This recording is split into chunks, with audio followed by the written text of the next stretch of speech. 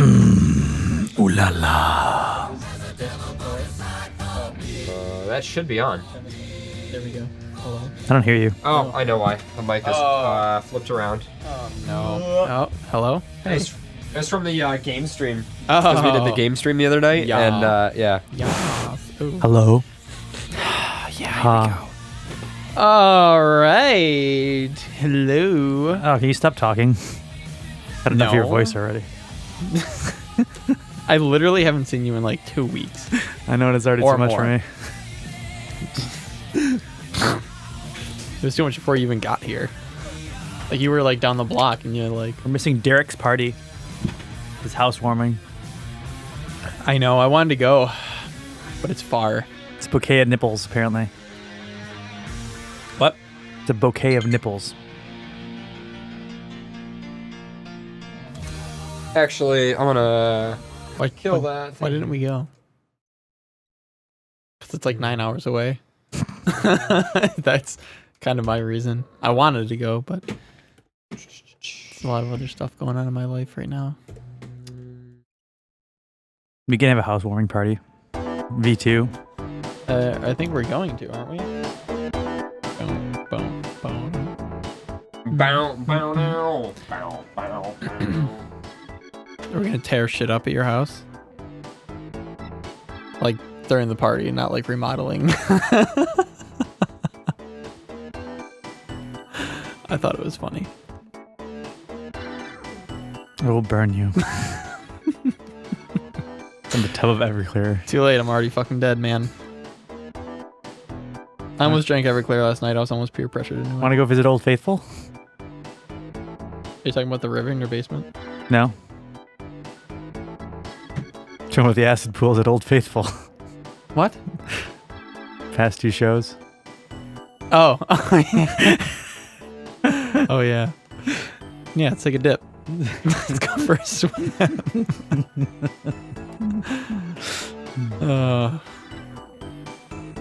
Stupid fucking Americans. It's only hot water.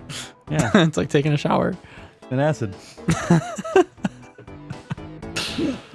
It's not that bad. Just burns so good.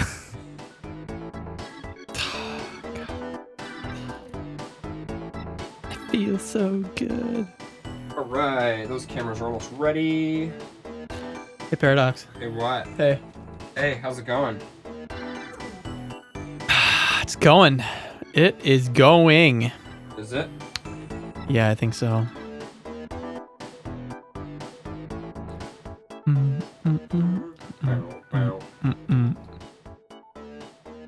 gonna hit that button, restart that.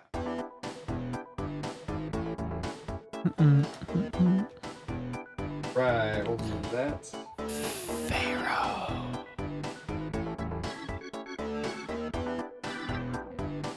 Wait, is that going to be on my screen the whole time? What? I might look at porn. I don't know. So what? Oh, that's right. Since when do we care about that? The one guy liked it. He's like, yeah, there's the guy that wears sunglasses and just looks at porn. He's my favorite. Don't worry, I don't even know who that guy is, but you're my favorite. Because I'm your favorite.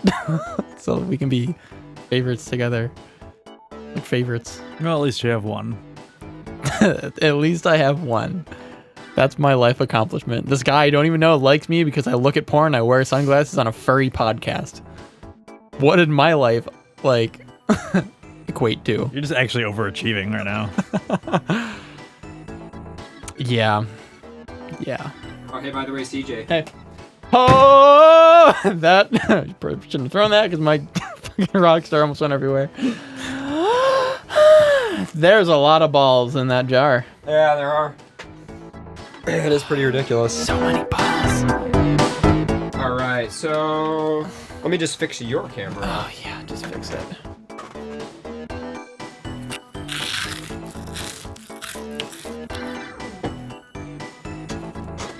Okay, I think that's all good, so if I hit that. Can you tilt that TV back, actually? Alright, so that's proof I need to... Wait.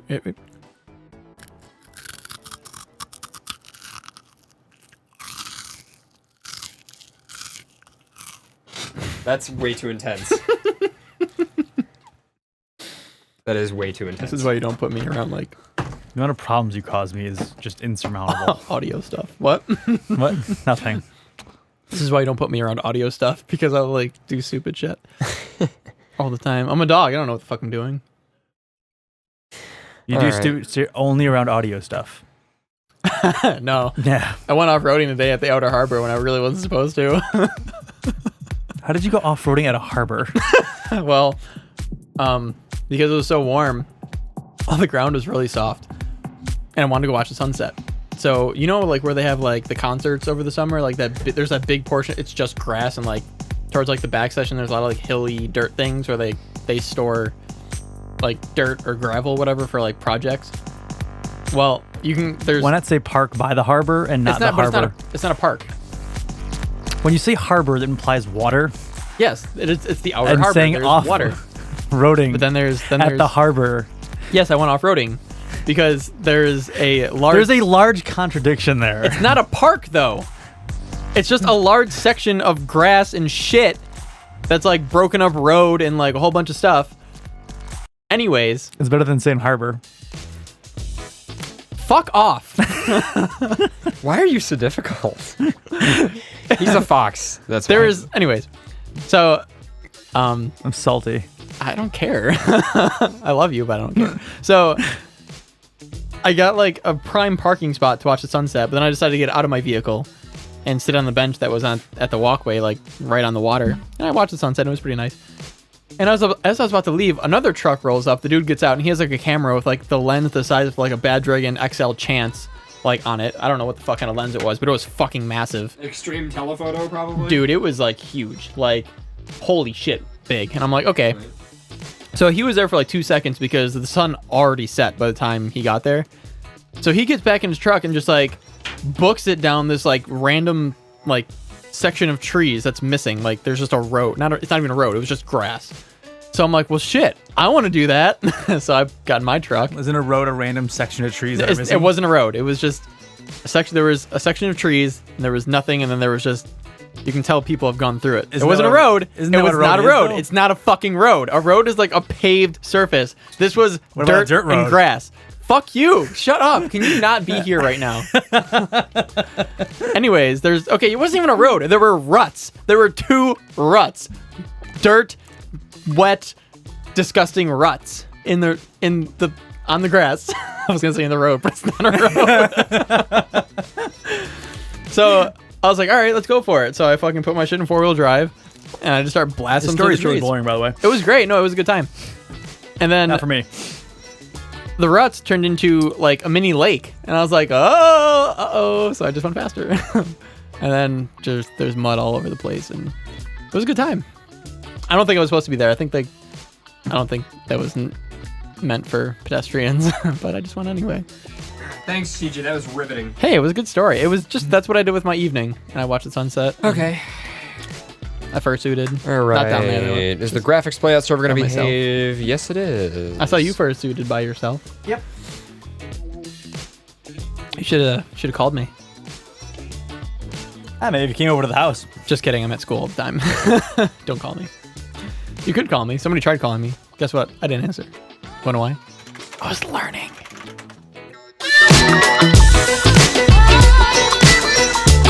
Oh, wait. I need seduction right there. Can you not put that there? All right. I'm making seduction right now Like, for you. can you just not put that there? What? Nobody wants to see your face. I don't want to see either of. I don't mind that one as much All right, as I'm this doing one. a quick test call with Pepper right now. Because that one I could touch myself to. Hello. Hello. All right, I can hear you loud and clear. Hey, cutie. That's So, great. I'm on my phone driving back from a gig. It's the only way I could make this work on time. But oh, jeez. Well, we weren't planning on starting the interview until maybe like a half an hour into the show. sure, so I should be home by then. But either way, my computer Skype tends to break, so I'll be on my phone regardless. Oh, okay. Well, yeah. Basically, I figured we would do a call and then we could just conference it in with Fox. And I already did a test with him earlier, so he's all set. Sure. So I guess just like call me in when you're ready. Pretty much. I'll probably send you guys a message like maybe like 3 or so minutes beforehand, and then I'll just give you guys a call, and then I'll keep it muted until you guys are like for sure on the line, and then I'll introduce you guys and probably like that. Well, great. Then we'll let your Is there seductive anything- voices, soothe many audience. Yeah, was there anything specific we were talking about besides the latest album project and various promoting things? Yeah, like I've got the demos of those 2 tracks from Fox. He handed those to me, and then also probably just general questions about like the performances you guys do and we definitely want to go over the Abbey Road studio stuff. Nice. I'm down for whatever you want to ask. I just want to talk about how cute you are. Well, if there's anything you want to promote as well, feel free to plug anything or keep anything in mind that you might want to talk about. Certainly. Basically, if you're talking about one of us, you end up talking about both of us because we do enough stuff together now. That's pretty cool. Well, sounds good. I guess I'll give you a call probably in like half an hour from now. Nice. Have a good start to your show. All right. Thank you. I'll send out the link. I'm assuming your Twitter has tweeted where people can go if they want to watch live. Yeah, it's also just FurCast.fm is the website. Oh, good. But yeah, it'll be on my Twitter and on their Twitter, and yeah. I'll try to get some people listening. All right, sounds good. Thank you for calling. See you in a bit.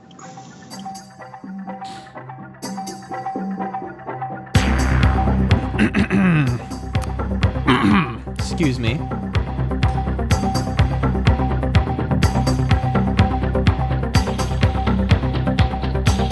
Vera, you look so lost. Like, are you okay?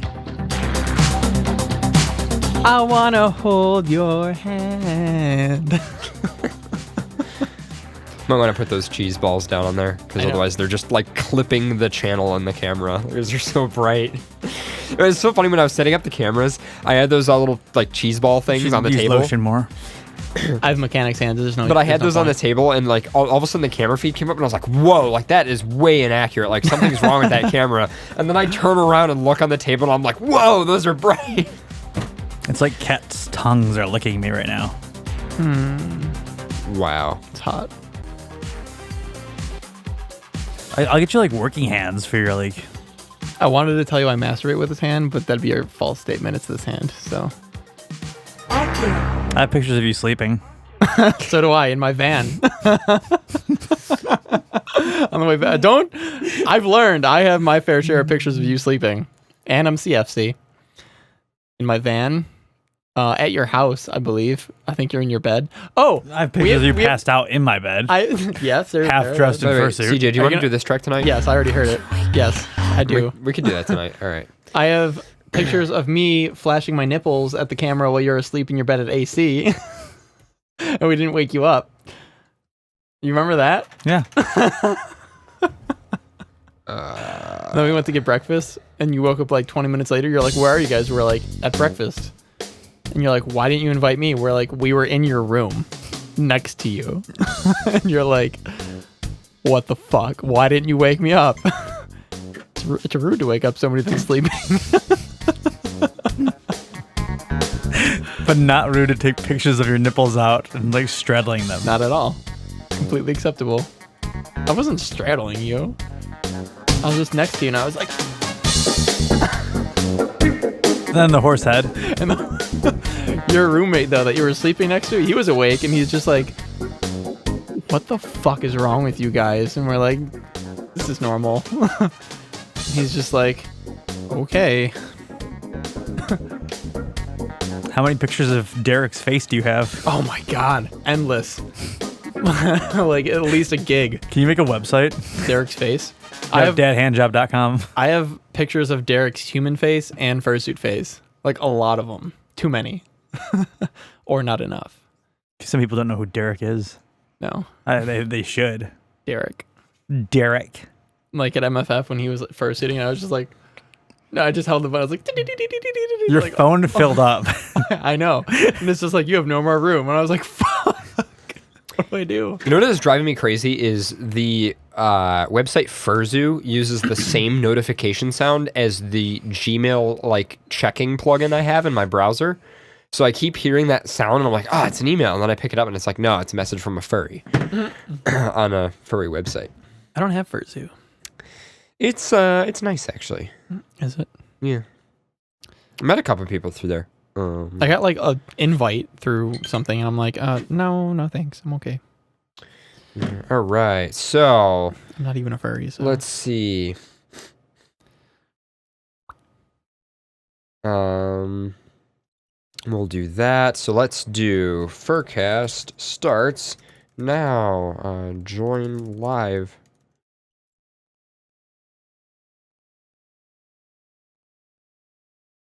So could we just mention how it was like 53 degrees today in February in Buffalo? That is Seems pretty kinda, nice. It's kind of normal, to be honest. Well, for the past year, yeah, but normally, not normal. Actually, it was nice though. It was really nice. I liked it. All right, and I'm gonna retweet that with that account. All right, and then let's just send out the metadata that says the show's live.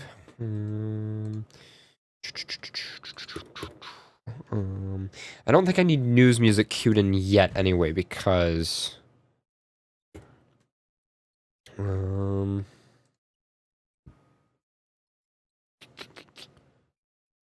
I don't think I need that.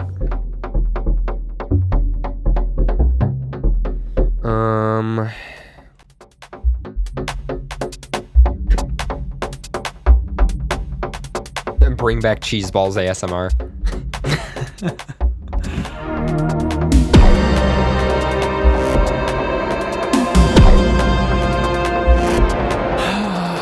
Favor, can you make sure your phone is muted, please? It's always It- muted. And your computer. Yes. Yeah, actually, I was just gonna you're say. right. When's the last that's right. time? I forgot. Favor doesn't even check his phone. Yeah, I know.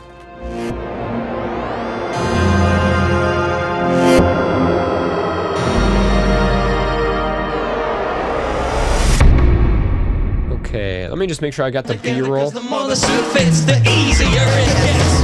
Suit up and it'll make it feel better. I got some B-roll of Foxmore and Pepper Coyote playing, so that'll be pretty cool. Oh snap! I need to Look at that handsome fox. turn that way down.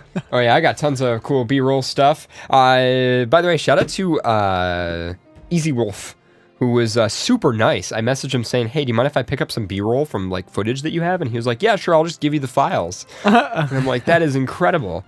So yeah, I got tons of footage of them doing that stuff. So I'll B-roll that while we're doing the interview. And then that's the 3D model in my head that's part of the link roundup. I'm not sure if we'll do the link roundup first. You want to do it after? I think we should do it. I think we should probably do it after. Yeah. We'll do that. Yeah, we'll do that and then we'll do news. That'll work out. Yeah, we're prepared. What's up? All right.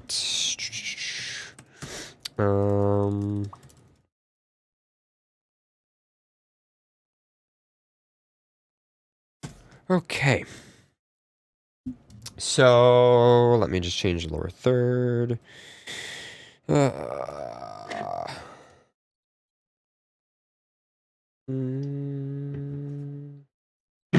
All right, and of course I don't have a viewer count because our new streaming infrastructure just doesn't have that capability yet, apparently. Oh, shout out to Dixie, by the way. You are awesome. It was great to deal with you and work with you on just putting this whole thing together tonight. So just shout out for being awesome and being super easy to work with, and also putting up with my like horrible, inconsistent responses from all of the crap going on this past couple weeks. All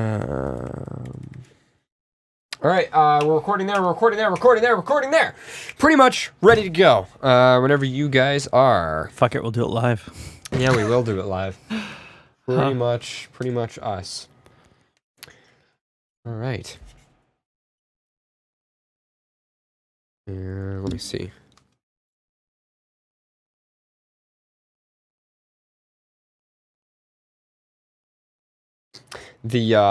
The thing that was holding this video mixer in, strapped to this other one, just broke. Oh no! Which is funny because I was just about to replace that. But yeah, it just shattered. What the hell? That's really interesting. I mean, it seems like all of the links are still up, so I think we're okay, but that was just really random. I just looked over there and all the cables are like hanging off sideways. Yeah, we're okay. It's all SDI links anyway, so who cares? Okay. All right. And video feed seems good. Encoding good. Encoding. All right, I'm ready to go. You guys ready? Yeah, I think so. All right, here we go. Welcome to FurCast, episode 258. I'm your host this evening, Paradox the Red Wolf. I'm your salty blue fox host, Pharaoh. I'm your peppy pink host, CJ. I like how he's doing bad, you're doing good. I'm doing awesome. I had a great day. Yeah, I did you? Yeah, I had a pretty good day. Yeah. Yeah. What made it a good day? It was just everything. Oh, The sun was out. I got some D from the sun. very nice. Vitamin D. Get Yeah, it? okay. Huh? Okay. You can get a supplement for that. Hmm? You can get a supplement for that. I'd rather get the real thing. Yeah, I will admit though, it was really nice weather outside today. It was great. It was It was like great. 53 degrees in Which the middle of yeah. February. 53 degrees Fahrenheit. Yes. Otherwise known as freedom units. Yeah.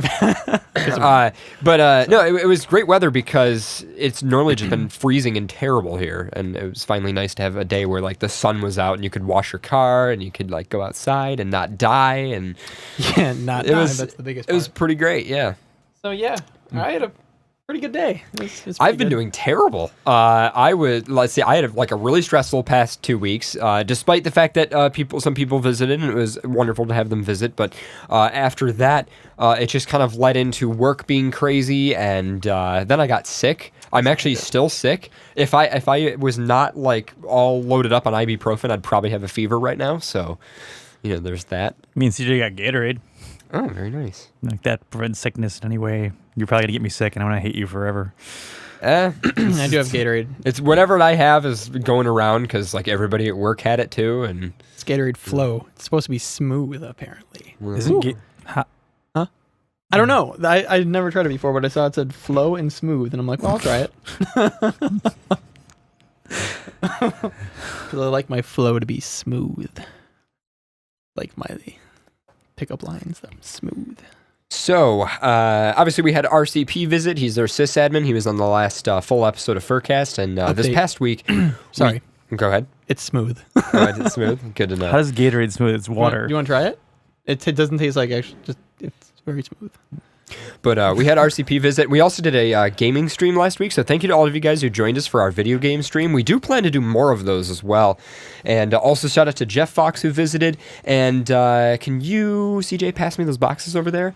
We should probably go through the mail first before we jump into our interview tonight. So there's this box. I'll go to get that one in a second. But this one I just want to show off. So you guys remember Jeff Fox? He made that terrifyingly accurate 3D model of my head. You guys might remember that. I've got it up on the video feed now, and we'll have links to this as well after the show. But it is like this terrifyingly accurate 3D model. Dude, the hair and everything. Yeah, so of course, he decided to get it 3D printed. Oh and, my god. Yeah, so I've got that right here. And I was thinking Me we and should maybe... RCP were looking at opening boxes, and they got all the stuff delivered to the house. And we're like, what the fuck? Why is there shapeways? He's like, that's like a modeling thing. We opened up the box and we just started laughing. We're like, we're going to use this as the banister head as you go up the stairs. Oh my god. So there's that right there. Is it heavy? It's weight to I'm it. not sure what material it's made out of because I feel like it's actually gone through a treatment process. It doesn't seem like the normal material that comes out of the For printer. this one. Yeah. But he got it 3D printed, and he got it actually delivered to the new house. And it's funny because I brought the box into the house because I thought it was part of the server rack parts because we ordered a whole bunch of IT hardware for the new studio. It's your fucking head. It literally, like, it's pretty terrifying. And my keep in mind, That's all- Jeff Fox did this with nothing other than a few camera shots in this studio when he watched the show. It wasn't- Really? Yeah. And he managed to produce this. But Jeff Fox is a professional character 3D modeling artist for a game company.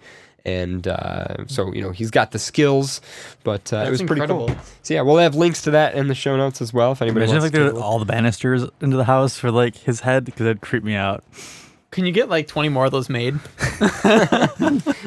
Just have this my random head everywhere. Everywhere. He was thinking about doing Pharaoh at some point. Oh my god. Which would be Please, pretty cool. Jeff Fox, please do Pharaoh. Yeah. So we also got a box from Jalacy. It says, read first. Hello, FurCast. It's your trusty fan Jalacy back at it again, making you stuff. Sorry it took so long to send you these shirts, but I wanted to actually be able to afford it. And hey, I'm going to go bankrupt. I'm going to go bankrupt in August. So what do I have to? Oh, geez. Okay. Anyway, I made some stuff. Shirts. I just loved the Unicorns Cried for Your Sins slogan. I think you talked about making shirts with that on it. And after I made my own, I made you guys shirts. So there's a CJ shirt, a Pharaoh shirt, and a Paradox shirt. I also got really bored and quickly sketched some small sketches of the titles of the first 100 episodes. Caution, these are really bad drawings. And some I didn't know what to do, so 3 pages of small sketches. I changed classes and I started experimenting with watercolor pencils. I love using them so much I made you guys drawings. So there's a Paradox drawing, a CJ drawing, and a Pharaoh drawing. Praise the day Jalacy actually drew Paradox as an actual red wolf and not a literal one.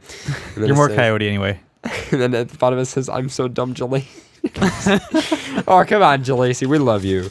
You're awesome. You made Jalacy is the one who made the animation for the email animation. Yeah. This is still amazing. So here's these. There's a watercolor of Pharaoh and a watercolor of CJ and a watercolor of me. Yeah, it's an actual red wolf color. It's a real red wolf. Yeah, I'll put those down there. And then we got some shirts.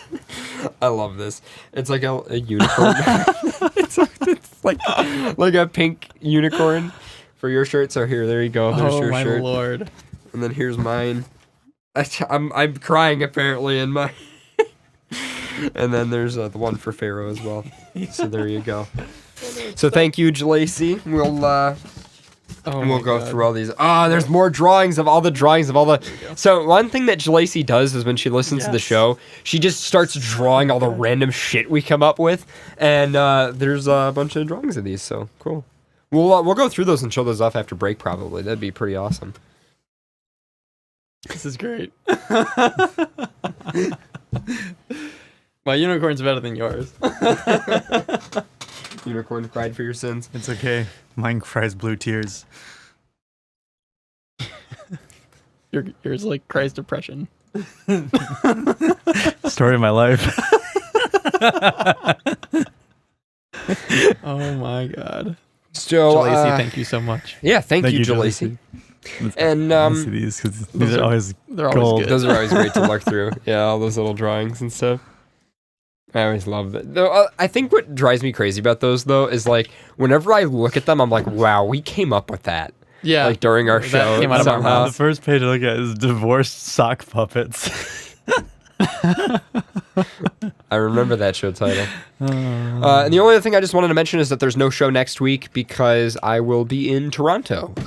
Actually, I'm going to be hanging out with the Culturally Effed guys, and I might do a cameo in one of their episodes. So that might be kind of interesting. Look at you making moves. But yeah, no, I'm also going to be hanging out with Wrath a bunch. We're going to be testing some microphones at Long and McQuaid to hopefully get a little bit closer to figuring out what we're doing in the new studio with that. So that'll be pretty cool. But and also just I haven't been to Toronto in a while, and I love visiting, so that'll be a thing. In the meantime, I guess we're gonna skip the link roundup for now, and just kind of jump into the interview. So let me just let them know that I'm gonna film them in a minute. Oh, these are great. Oh, the witch's hand.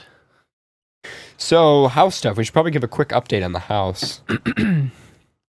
Carpets are in next week. Carpets are in next week in the upstairs. The bedroom that I'm in is mostly painted, but we still got to do like trim and stuff. So I'll probably be coming over to do that tomorrow. We still need to fix the rafters in the attic as well as get new windows before the insulation can come in. The insulation, we got to get spray foam insulation in the attic. At some point there will be a new vlog. There is some pretty funny stuff for this next one, including a scene with RCP where he was pretending to be a ISP. That was pretty good. So I definitely look forward to doing that. Let me just let these guys know. I'm going to call them in a minute. I'm just going to say that to them. We did all of our testing. It's interesting. Normally we do the interview in like the second half of the show, but I guess we'll just jump right in and do this. So for those of you who don't know, we are interviewing Fox Moore and Pepper Coyote tonight, which should be pretty exciting. Of course, in addition to talking about their entire history of music, we also want to talk about their new album, which was produced at Abbey Road Studios, which it makes me quite jealous. I would love to go to Abbey Road Studios and learn about that and stuff. So for anyone who doesn't know what Abbey Road Studios is, are we gonna wait for them to tell us, and then we'll pretend like we don't know, and then we'll... Yeah, something like that. We'll Okay. probably do that. Well, I mean, I really don't know what it is, so yeah, we'll just do that. Well, you're a dog, you know nothing, so... I know how to dig in. Like, So, hey, I believe we got Pepper Coyote on the line. Hello, I am here. Hey. Do we want to conference Fox in real quick? Yeah. We can I think that's probably the point of it. add to group call. There we go. I think I got it. Yeah, so it'll be great to just talk with you guys and learn all about the history and stuff. I'll wait till Fox Moore picks up here, and then we'll do a full introduction. There we go. Hey, Fox. Hey, how's it going? Oh, pretty Wow, good. we're all here. Yeah. Oh, It's magical right now. I'm actually using Skype on my phone just now. I was on the laptop for a while. I was playing Elite Dangerous up until like 1 o'clock. Then my eyes are getting really sore, so I'm just lying in bed using the phone. Yeah, I feel bad you got to be awake so late. It's like, what is it, 1:30 a.m. where you are? Honestly, it's about 1:30. So, but honestly, I've had way worse, so it's cool. It's just because I have to leave, like, and do like a 7-hour drive to London tomorrow. It's going to be a bit painful, but you know, it's worth it. It's for the cause. I've been up for 36 hours. Oh my god. We're working on our new studio, the new house. So, well, I guess just to man. get started, for the few people who might not know who you guys are, give yourselves a quick shout-out introduction. Who are you? What do you do? Okay, well, I'm Fox Moore. I'm from Scotland, as you might be able to tell for the accent. I'm a musician. I do mainly orchestral music, but I've been recently doing a lot of work with Pepper, who's on this call as well. We recently recorded at Abbey Road Studios. We just came back up from that. We're doing the mixing for it tomorrow. I play piano. I'm a fox, obviously. Always a good choice. I like I like Lucky Charms as well. I'm gonna have to say that. I like Lucky Charms. I would have to agree. Even Like, despite the fact it's supposed to be Irish instead of Scottish, but I like Guinness as well, so I kind of failed in both aspects of that. Wow. Well, that's pretty good. And what about you, Pepper? Hey everybody, I'm Pepper Coyote. I am currently living in Phoenix, although I'm kind of from Pennsylvania originally, so that's where I kind of got into this whole community. I am a singer, songwriter, guitar player, music teacher, and I started doing music with Fox about 2 years ago. After he had somebody drop out of a show, and I just happened to be ready. So I've been lucky enough to follow him around for the last couple of years, and thanks to him, I finally got to record in a studio for the first time, which would be the aforementioned Abbey Road stint we did last week. Yeah, it definitely seemed pretty cool. I've been looking at some video clips of that as well. But how did you guys start working together? When did that happen? Like I mentioned earlier, he was doing a show and he needed a singer, and I just happened to be available. Even like I think I picked very you up. lightly talked. was it the charity event at MFF? No, it was a thing for FA United. It was FA United, yeah. I think I remember you were on like the stairwell and said, "Hey, come up on stage." That's basically how it started. It was kind of a cold call, and he's like, "Can you learn all these songs?" And I'm like, "Probably, maybe." I wasn't really giving you the option. It's like you were doing it, and that was it. Okay, so now the most important thing we have to talk about tonight. Why are you a fox, and why are you a coyote? Oh, boy. You probably have a way better answer than me. Everybody seems to have like a reason, and I have such a bad reason. No, I'm not going to be a cliche or anything. I'm a very proud fox. Like when I was young, I've always had an interest in foxes. Like I loved all the stories and fairy tales about them, and actually like discovering the furry fandom was when I was playing Star Fox Adventures, and I was looking for like a walkthrough of it, and then I found some pictures on what I believe was Alta Vista at the time. It wasn't Google. I think it was something a little bit earlier than that, and that's kind of when I discovered. Am I your Furry male as crystal well. for It's you like- there? Yeah, you could be, I guess. Yeah. Wow. if you're good with the staff, then yeah, totally. That's fine. Oh god. Yeah. I was looking for a thing. I'm like, I want to be some kind of dog, I guess, but I don't want to be a fox or a wolf because everybody's a fox and a wolf. So I went to the Wikipedia page for the family Canidae, and I'm like, all right, this guy looks pretty great. And then I start reading the coyotes Wikipedia page, and through the convincingness of a coyote Wikipedia page, I decided that's what I want to be my spirit animal forever and ever. Well, there you go. Wikipedia. That's me. Yeah, man. It's a harrowing tale of a dog that no one wants around. You just didn't. You should have just rebelled against the foxes and just gone like a maned wolf or something. I know. I probably that would have made more sense. I feel like Maine wolves always have high heels or something on because like They're super tall. they got legs for days. Well, you're pretty tall. You're taller than Easy Wolf, and he's the tallest person I know down here. I know. That's why it's saying fun. something. I'm only You're like like an inch 20 taller, foot. but it makes me look good from stage. So just Project, above Yeah. everyone else. So, what kind of events are you guys doing now? Like, I had some clips of Anthrocon that I was B-rolling there, but I know you guys are doing a lot of stuff now, right? Yeah, We I basically think- play at every con now. Wow. Essentially, yeah. Except the ones that are double booked. We couldn't go to FWA because we're at Motor City FurCon, and we can't do Confuzzle because we're at Furlandia. So it's kind of that's the only way we're missing cons now is if they kind of like double up. We can't be two places at once. So until they figure out how to clone it. So Until everyone gets sick of us, we're riding this world tour as long as we can. we're actually the first people that get banned just because they're fed up with us. It's not because like we did something to bring. It's just like we don't want you here anymore. You guys are here too much. We don't want you anymore. I was thinking more of like Space I Jam get where they're just chained to the stage. Gotta keep going. Oh my god.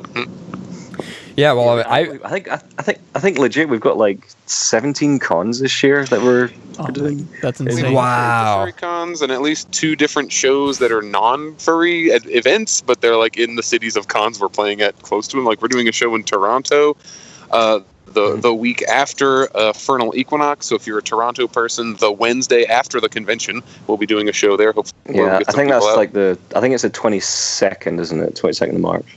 Of March sounds right. Yeah. The Wednesday after the thing, and then in Phoenix, we're thinking like June 1st. I think we're gonna do a show in Phoenix right before BLFC. So if you're gonna like want to get in the spirit to go to BLFC and you happen to be near Phoenix, come down and see our show. And those are I have both no idea how they'll work out. like non-furry really well. gigs.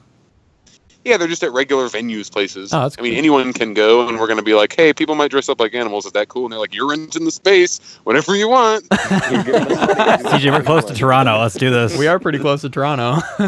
It's an hour and a half for us. Yeah. We can all make Actually, it happen. Actually, Fernal Equinox, I think, is the only one that I'm missing because that weekend my sister's getting married, and there is no way I can get out of that. Oh yeah. It's yeah. like- Oh. So we had to make it up by doing a show outside of the con. Basically, yeah. It's like, I'm just arriving like 5 days late. Well, I've been on staff for AV at Anthrocon for the past couple of years, and I've always loved when you guys do concerts and stuff, and just the whole AV crew gets involved in it, and I know Audie as well loves producing for you guys. And thank you. Oh, thank you. Yeah. Audie is a dude. He's amazing. he's a dog. He's a good boy, actually. He's a very good boy. That's what we tell him all the Good time. dog.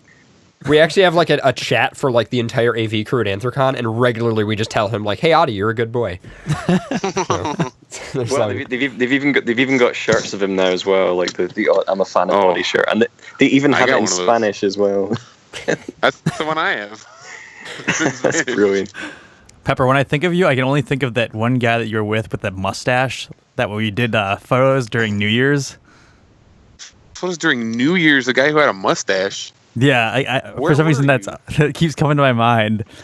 That wasn't more, was it? When? No, I was gonna say Remember when we were at my boyfriend Blitz's has a and we were massive sending mustache. pictures back and forth? Did I say one of somebody God. with a giant 2 years ago. I don't Yeah, I remember that. Yeah.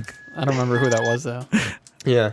Yeah, is that you just coming out your car now, Pepper? Yeah, just got home. Amazing. I was going to say, because that didn't sound like a motorbike. It was sounding like, oh, this motorbike tells you to close your doors. It's like, what? That's pretty great. Wow. No, I was like mad about my lights because usually they turn off. Yeah, don't pull back the curtain. People are supposed to think I'm like sitting in the studio right now with headphones on and a microphone. Like So, in my dark house. So before we jump into the new album and the new stuff you guys got, which is pretty exciting, I just wanted to ask, what is furry about to you guys that brings it into music? Is music like a separate thing, or is it like furry is the kind of the catalyst that brings you guys together? And because I know, since I joined the fandom, I remember listening to your music, Fox. So it's I know you've been doing it for forever. Yeah, I think honestly, like, music is fun and furry is fun, and I think that's the main connection that I seem to kind of derive from it. Obviously, you can write lyrics and stuff and like make like sort of furry related songs, like we did on Hashtag. We did songs like Suit Up and See You Next Year, which I guess is more kind of con related in general. But I think for me, it's the fun aspect. It's being able to perform with someone with similar chemistry on stage, or even someone like completely different, but you still have like something in common, like the sort of furry part of it. It's the fun aspect that I think kind of connects both of them together for me personally, anyway. Yeah, and especially watching you guys perform at cons is it seems like you guys have all met through the fandom, especially.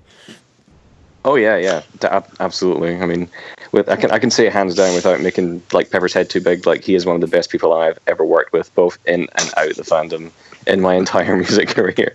Just because it's so much fun, and he's the bar is really set low. He's freaking talented as well. It's gonna makes my job easier. I don't have to rely on anyone as much. He makes me nice and lazy, and I like that. Jeez. Seems the more I hang around, like, the bar for being, like, a great person to perform with seems to get more down to, like, be on time and know the music. Yeah! Basically, But, we did it. So basically just be on time. Yeah. That's more than half of it. definitely. Show up. Yeah. Wow, I do appreciate the self-derogatory nature you guys have for yourself. That's basically the way we are too. Every time people are like, "Oh, we like FurCast," it's like, why? Why would you? No, that's pretty ridiculous. You just do. You just don't ask questions. You just do. I've been doing, I guess, for my half of this answer.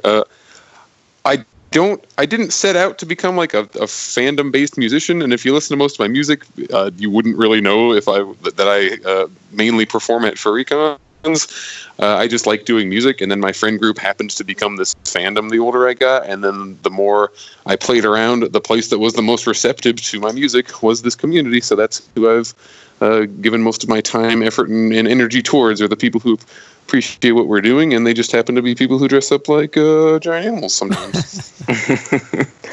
Actually, what you said there, Pepper, is totally true. Like, the fact when I put like my first piece of music up on FA, like, I had no idea the reception it would get, and I was like, oh wow, somebody likes this.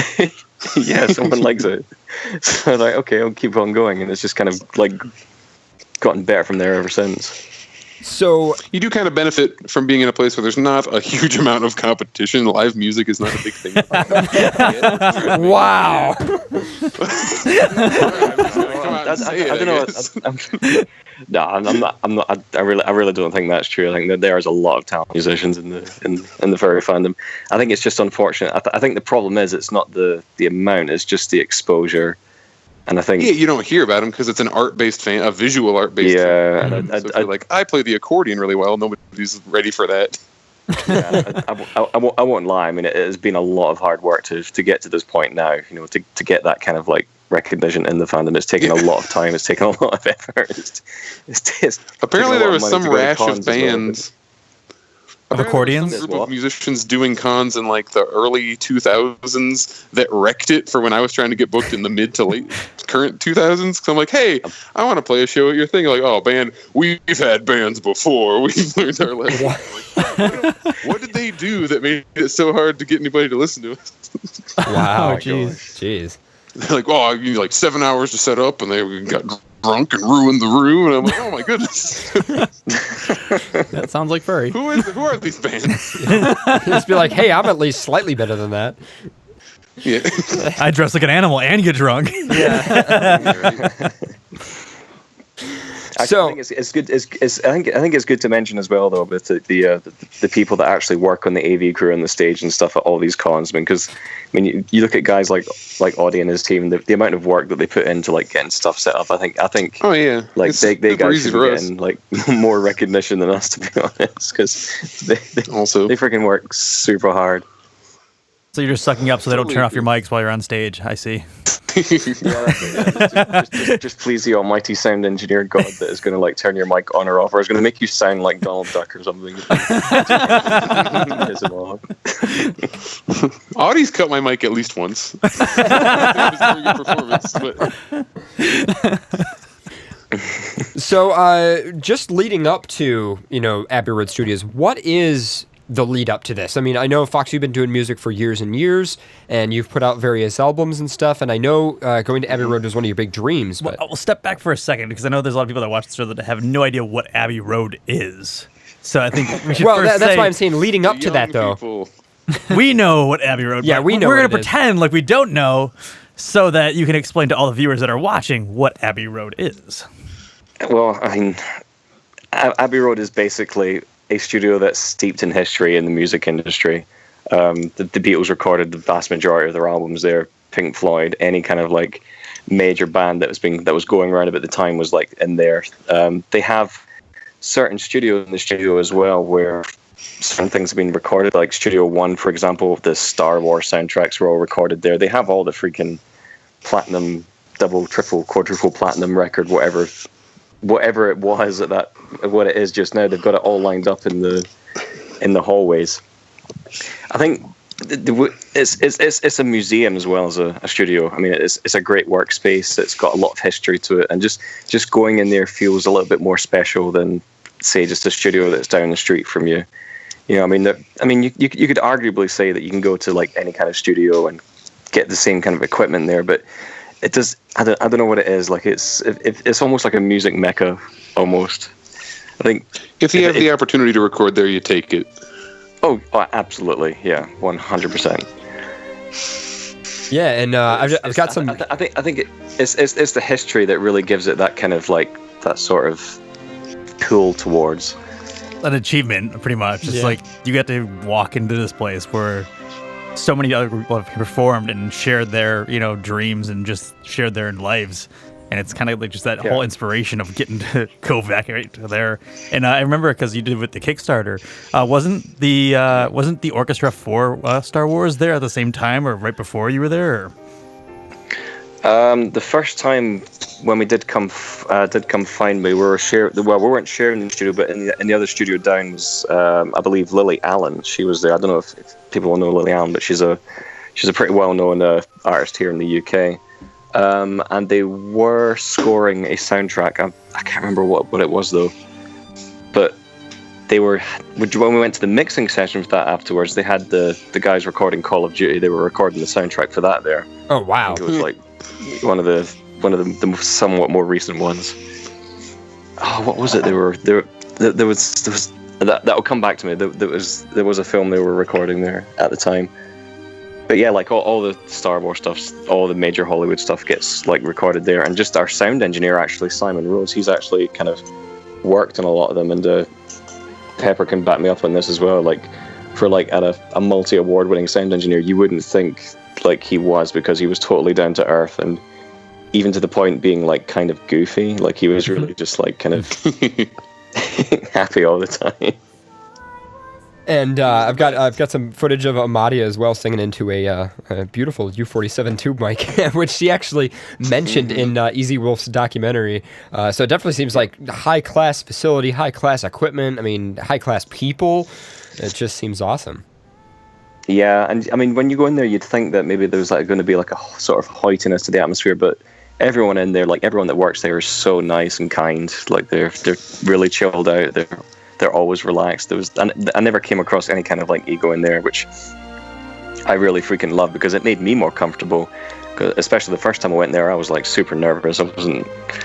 sure of what to expect. I'm going to get looked down upon because it's like just like this lowly independent artist is bringing in. Someone let a fox into the door and then, shoot, get it out. Once you're in there, Exactly, yeah. It's like once he's you're in there an walking urban fox now. around. Yeah, take him away. So oh my god. I got a question from a fan. How does the project "Come Find Me," which is your new album that you produced at Abbey Road, how does that differ from the Dreamcatcher? Come Find Me was the original one. The Dreamcatcher's the new one that we just kind of recorded like last week. But the Dreamcatcher, the main difference is just the size of production. Like, we're using the same studio, we use the same kind of setup. There's 12 tracks instead of 10. There's a 70-piece orchestra instead of 35-piece. There's a 40-piece choir instead of like no-piece choir. And also there's like there's a whole bunch of like new guest musicians that I've not had in the studio album before. For example, Pepper and Rhubarb was there, and also from Come Find Me, Lily was there also, and Joe Bisbee on drums too. So we had it was almost like a G8 summit in Abbey Road, or like an American refugee camp. I'm not sure. So you talk about sending all our jobs overseas. So in the video you talked about like hiring an orchestra and getting the funding to do that and everything. So actually, that's my question. How do you hire an orchestra? Like, what is even involved in that? Craigslist. I think just chucking money at their face, basically. All right. Well, I think honestly, the hardest part was actually just trying to like get like the orchestra tied down to a date, because like the Prague Philly or the English Chamber Orchestra, they're always so busy. They're like performing almost like every day or recording every day. So it was actually nailing the date down. Then they have like a producer that you have to talk with and say, this is the size of orchestra I want. I want such and such amount of violins. I want such and such amount of horns. Is there like user reviews for orchestras? Like, how do you check and make sure you're getting the right one? Yeah, do you give them like a Yelp review? I mean, Oh my god. Oh god. I guess Rate you my just go to, orchestra. the YouTube videos and just check the amount of dislikes or something. yeah. Oh wow. You also But got to work with a conductor who did not have English as his first language, which is amazing to me that you get to go up there and go, yeah, kind of like and he Yeah, look at the score. yeah. Basically, they were looking at the score and something was confusing them. They were getting one of the notes like incorrect. So like I had to go up there, and not one of the violinists really spoke English. So I'm like, I basically sung the melody to him, and he then played that melody on the violin back to me. And then I gave him the thumbs up, and he went, okay, that's it. Which is amazing, because it just shows you like music is like a universal language. You don't have to like talk Czech or Portuguese or whatever to try and understand someone. Music, the one industry where you can be socially awkward. Oh yeah, Exactly. Perfect for furries, you know? A studio together. Well, it just looks, I mean, it looks incredible. It sounds incredible. And we've actually got some tracks from you guys to demo in a little bit. But I guess just, do you want to talk about everything that led up to this? I mean, getting the support and what it was like to be able to go into this place. And I mean, what kind of planning The fun did this part take? on my end is, conveniently, none of us were located within 100 or 500 miles of each other, so everyone had to do the preparation completely separately. Even the two that were closest, you and Lily, I'm assuming you guys didn't get together and rehearse beforehand. You just send off. No. Even Lily's like at least 400 odd miles from where I am. So. Yeah, she's in Scotland. She's in like Kent or some nonsense. So even way beforehand, you get like a Google Doc thing. Well, we were using Dropbox. This video is not sponsored. We were using Dropbox, and they like you put up all your stuff. You go, okay, learn these songs, and if you don't learn it, you're going to waste all of our time by messing up in the studio, which is very expensive.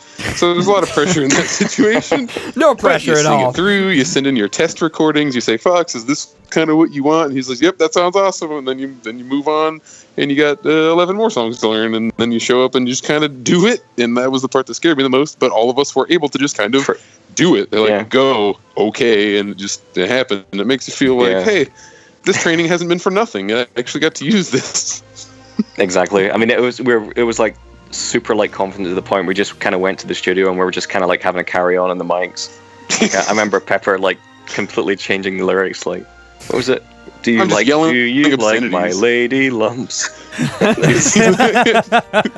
We actually still have that, and I'm probably going to Good. keep that in like a bonus version. That There's no was cursing in it. that was the one take that I could actually see from the control room. Simon actually looking up and going, "What the actual?" I was gonna say, I'm just yelling this weird American nonsense while this like sophisticated English record producer is sitting there, well, mixing engineer is. And in the most kind of like stereotypical English way, he would always say like "jolly good" and like on takes and stuff that he was happy with. And we started doing it as well, and he kind of got wise to it, and he stopped saying it. Oh my god, That's great. wow. So I have to say that that's kind of impressive that the only way that you actually performed together kind of beforehand was just by sending in like almost demos to each other to make sure everything was checking out. And then kind of going to the actual, Abbey Road was the first time you kind of all got together at the same time, or you were at cons beforehand? Yeah, well, I mean, for like a lot of the songs, I mean, like the new ones on the album, we've never even done before. We've never rehearsed. We haven't even performed live. It was just a case of, as soon as we got to the studio, we had to just kind of like play it and get it right. I mean, and there was instances on the album, in order to save time, we didn't just like do like the piano and the vocals or the guitar individually. We actually performed it as a band in studio too, Like you used to have to do in the 60s. Exactly. Yeah. Yeah. wow. Yeah. I mean, Jeez, some of those like it was. it just came out. We were like, we're gonna do this song, and we did it first time, made like 4 or 5 mistakes, then did it again, fixed those, and then like, okay, next song. And I'm like, oh my god, this is the most efficient recording session I've ever been at. See, that's what happens when you rehearse your stuff. Everyone's there on time. One person's not drunk, waiting. Where is he? Oh. I was having a pretty rough time on the second day because I had a good time the first day, and then I'm in there like, who's going for? Okay, the choir's going to record for like 4 hours. Good, that gives me time to like take a nap. Wow, But it took them like 6 hours instead of 4 hours. Yeah. I think it started at 10 and they ended at like 1, 2, 3, half 3, 4 o'clock or something, and that kind of was like basically pushed the biggest things back a production wee challenge, bit. Yeah, well, for Abbey Road definitely, but oh my gosh, it was worth it. I mean, I don't know if you guys heard like just a little snippet that we had from Lighthouse. We put that up on Twitter, and I don't know if anybody else is going to get as excited as we do over it. Like to us, it's like, I don't know. my goodness, Well, this is the maybe, you greatest never thing. know.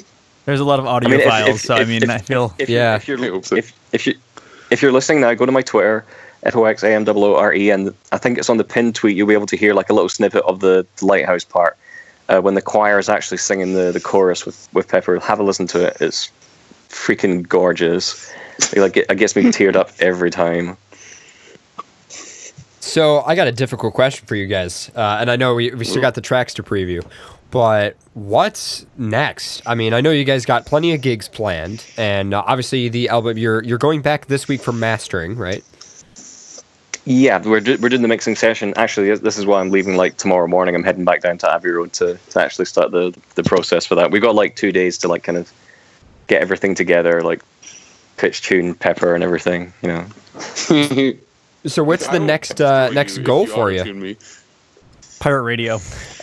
Buying a cruise ship. Lightning cruise ship. Yeah. Well, at this Mars point, one. we get to spend more time. Well, once this is done, because right now, like Fox's, my part of this album is kind of done, which is very comforting because I am no longer like I can't mess it up at this point. Everything I've done is. You've already messed up. You don't have to mess up again. I'm done with that part now. But, so I can kind of look to the next thing while Fox is still very much prioritizing this because it's not even done yet. It already sounds great, the bits he's sending out, and it's not even technically finished. It's very exciting also. But we're doing our next Foxes and Peppers album. We've already booked studio time in Nashville in September, and we have not written a single note of the album yet. So that'll be the next bit. Yeah, so basically, Ocean Way Studios. We have put like a deposit down. We've kind of like secured like 2 of the days there. We will do like a fundraiser like what we've done previously, because we wanted to, obviously, I mean, with hashtag like being the success it was, we want to try and like take it to the next level now and actually get it like done in a fully professional studio and stuff. Get a few vocals in there, maybe get a string section, and invite maybe a few guest artists as well to kind of to beef it up. We do want to do a music video promotion for it as well, and we're currently working on that at the moment. We are looking at Japan and we're just working out some of the final details. Can you go full Daft Punk and make an anime? We could. I mean, it'd be the right place to do it. I want to go like, But yeah. oh god, what was it? The music video of the Beastie Boys, where we just like wear strange outfits and hang out in a Tokyo subway system for a little bit. That's our music video. You probably could just wear I wanna do fursuits that, and hang out. Yeah, that'd be fitting. So awesome. What about Fursuit Zero Gravity? There was a band recently that did a music video in an aircraft, like over Russia in an aircraft, and they did like zero gravity inside the. Fursuits. Oh man, that'd be. Yeah, but in first, I can't remember the name of the band. Someone. OK Go. Yeah. In the chat. Is it Yeah. OK Go? That's it. Yeah. That's an amazing music video. If you haven't seen that yet, it's freaking brilliant. I don't think a piano would work in Like zero showing up gravity, everywhere. though. It'd be a little difficult for you. and terrifying. I mean, I think the piano would Very work. hazardous. It's just playing it. Or when gravity came back. Yeah, when gravity comes back and the piano comes back with that, is the more worry there. Yeah, that's me. Like a guitar or something. Something that would just probably give me like a bruise rather than actually crush me completely. Yeah, it might not completely kill you. Just maim me. But yeah, I mean, the next focus is another Foxes and Peppers album. We're going to follow up hashtag, and we're going to do it in Nashville, in Tennessee, and it's hopefully going to be pretty cool.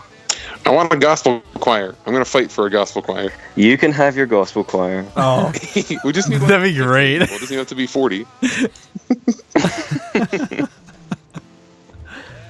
Wow. They'll only take 5 hours, maybe not 6. So it sounds like you guys are going to be pretty busy. Oh yeah, I mean, if you pretty much stop completely being busy, booked you out. start becoming irrelevant. Yeah. Well, I mean, if I'm definitely excited to see all the stuff that you guys come up with, and I look forward to future cons too. Just being able to see you guys perform, and oh, thank you. We look forward to seeing you there too. Definitely. So, what songs did you send over for previews then? we've got City of I Azure said- Lights and Ranger. Ooh, okay, which one do you want to? Well, should we do City of Azure Lights first then? Because the Ranger was like kind of like your one as well. So It's a good ender. maybe we could. So basically, City of Azure Lights. It's basically so everyone can hear like the Prague Philharmonic Orchestra in action. It's a full track of it. It's not mixed. There's no vocals in that either, even despite the fact that there were vocals recorded. But I wanted to do a version of like just the orchestra so people can actually have a listen to just how freaking amazing these guys are when it comes to like playing like really sexy feels orchestral music. Yeah. So I guess we could probably just do a listening session. Do you guys want to stay on the line, and I'll just mute the Skype, and we can give that a listen? No problem. Sure, I haven't go heard for it yet it. either. All right, cool. All right, well, we'll be back in 4 minutes. Then you guys won't hear the music over Skype, and if you tune in, there's a broadcast delay, unfortunately. But I don't know. No. I'll suddenly show up again on Skype and say, "Hey, we're back." How about that? All right. Will we still be able to speak to each other behind your back? Sure. Yeah, absolutely. Good. Great. And I guess we'll just go ahead and play this. And so this is the unmastered copy. You're going in this next week to actually finish the mastering on this. Yeah, it's unmixed even. I mean, it is completely raw. There's no effects or anything on that. It's basically the orchestra and the piano doing its thing. Okay. All right. Well, that sounds good. All right. We'll give this a listen. Thank you, guys. Okie dokie. Be right back with Hope you. you like.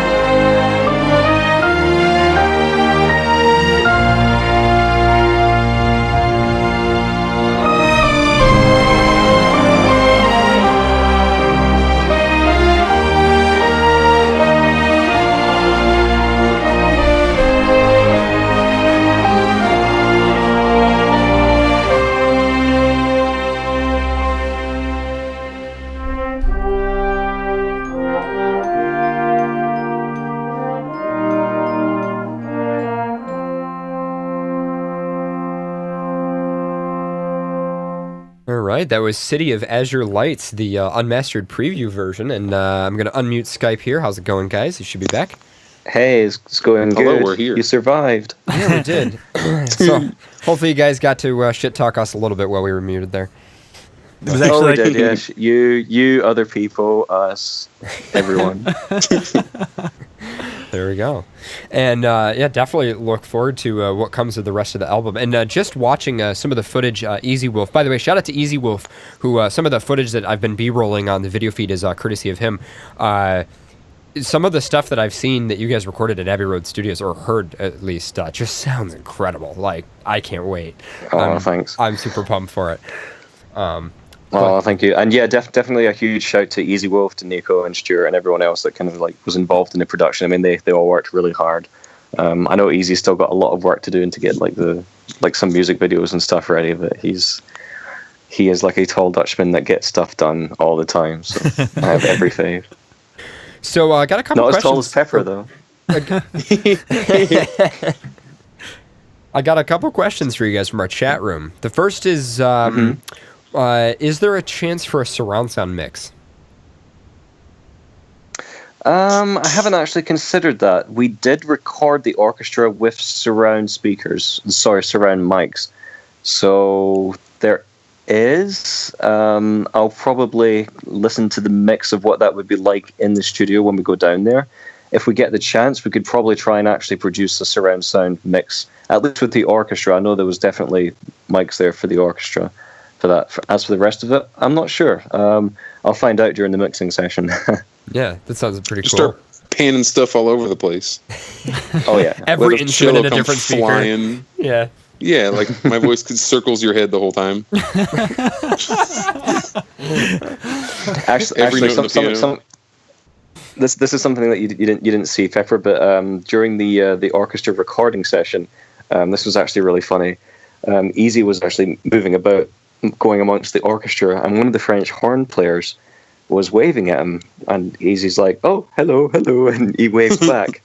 And it turns out that the French horn player wasn't waving at him. He was in the way, and he couldn't see the conductor, and he was telling him to get out of the way. Oh my God. Get out of the way. You big Dutchie. Pretty easy, like say, oh, he's like someone appreciates me. He's like, oh, hello. No, get out of the way. Wow. That's pretty great.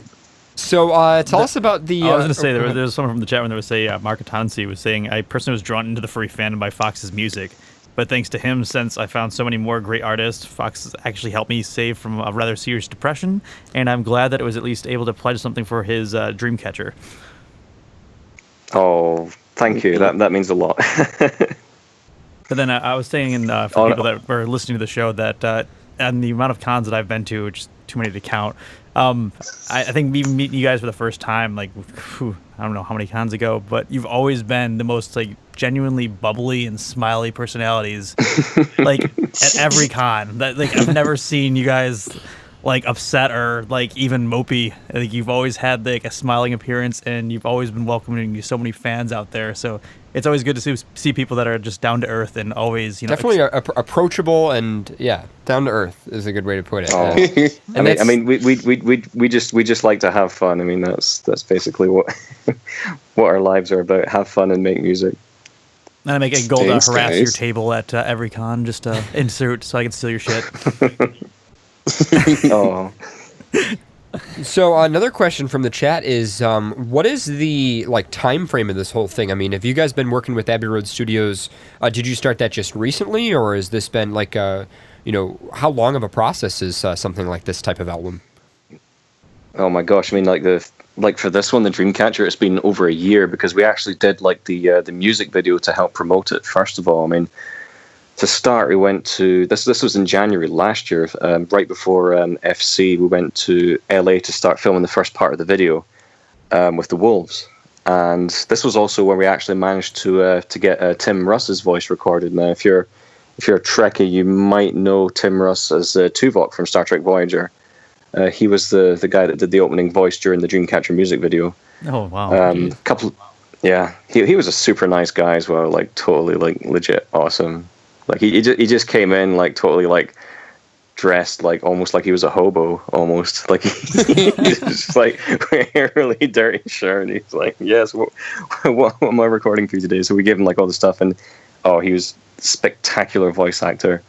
Then we did the second part of the recording in Scotland later that year, and then we released the video later in the year, and then finally once all the Kickstarter was underway and we raised the funds for it, then we had to book the orchestra, which happened in January like this year, and now we just completed the next phase of it, which was the 2-day recording session in Abbey Road. And now it's the mixing session, which is this week, and then the mastering the week after. So we're almost there now. It's been well over a year's worth of work. It was a huge process. That's why I'm really hoping like people like this album, because this has like been far beyond like anything I've ever worked on before. Like it's been an amazing adventure, but it's been challenging as well. And hopefully all that work's going to pay off. I'm pretty sure it will. I'm pretty sure people will like the end product.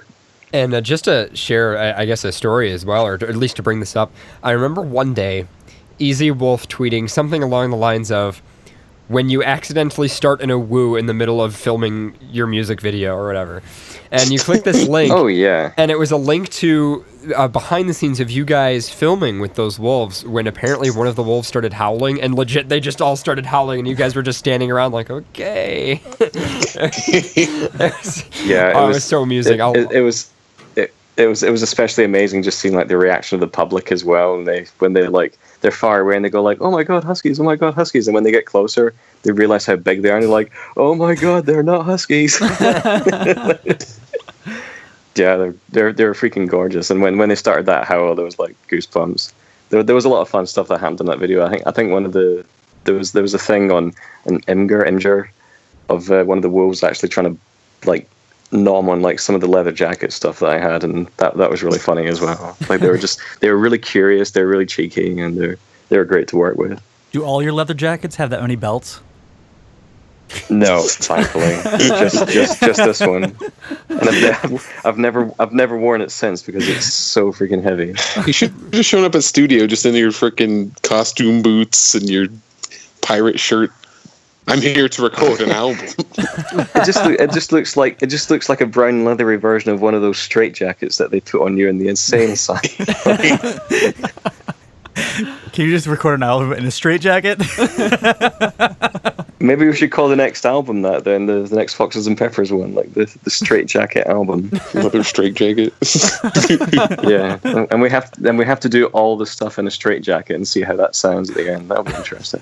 Yeah, no hands. Gotta use my just nose singing. and other things. You'll be able to sing. You won't really be able to conduct anything, though.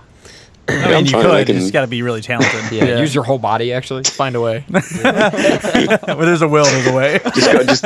Just got a matrix at recording and freaking. So, I'm musically inept. I can't even repair a recorder. So, I know anything musical in like lyrics and writing and like that, I have absolutely no background in. So, my question for you guys was, You should be a drummer. Oh, so mean. I'm sorry if there's any drummers out there in the chat. I actually love drummers. They're like the backbone of everything. slap of we the do. bass. Slap in the bass. You are fun to make fun of. So, sorry, Fox, do you write all the music, or do like other people that actually you're performing with, do they kind of give insight like, oh, I don't like that lyric, you should change it to this? Or is it like a collaboration of everyone, or is it like...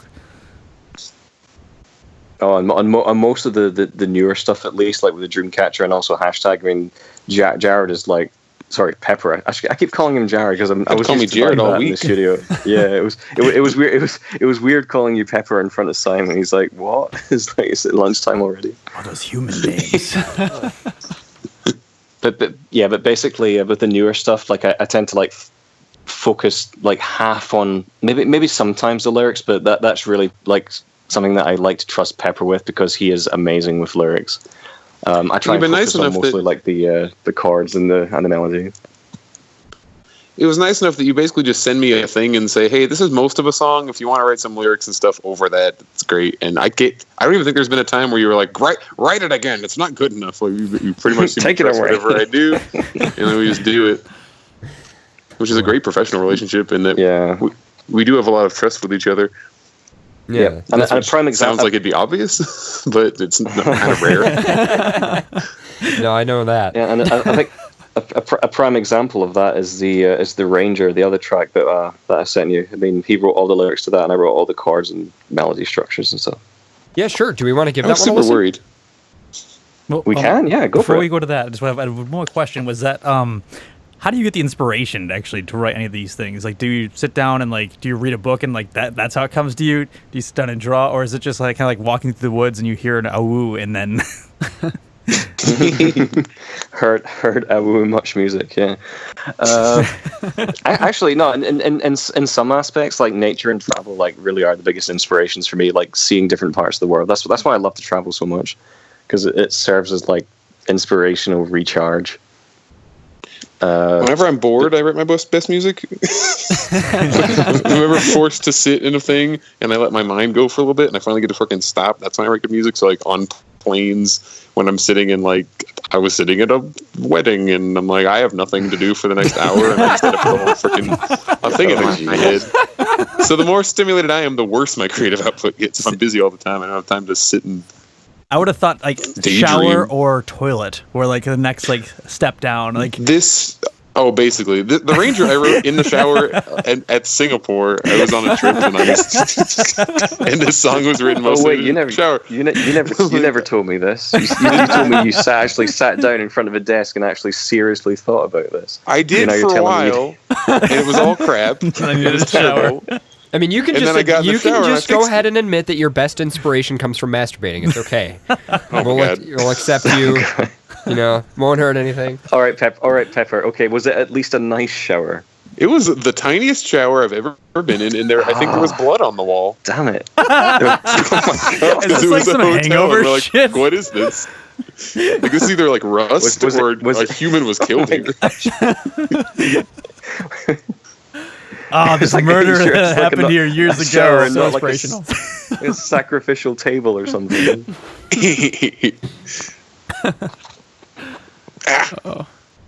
Hurt my foot. Sorry.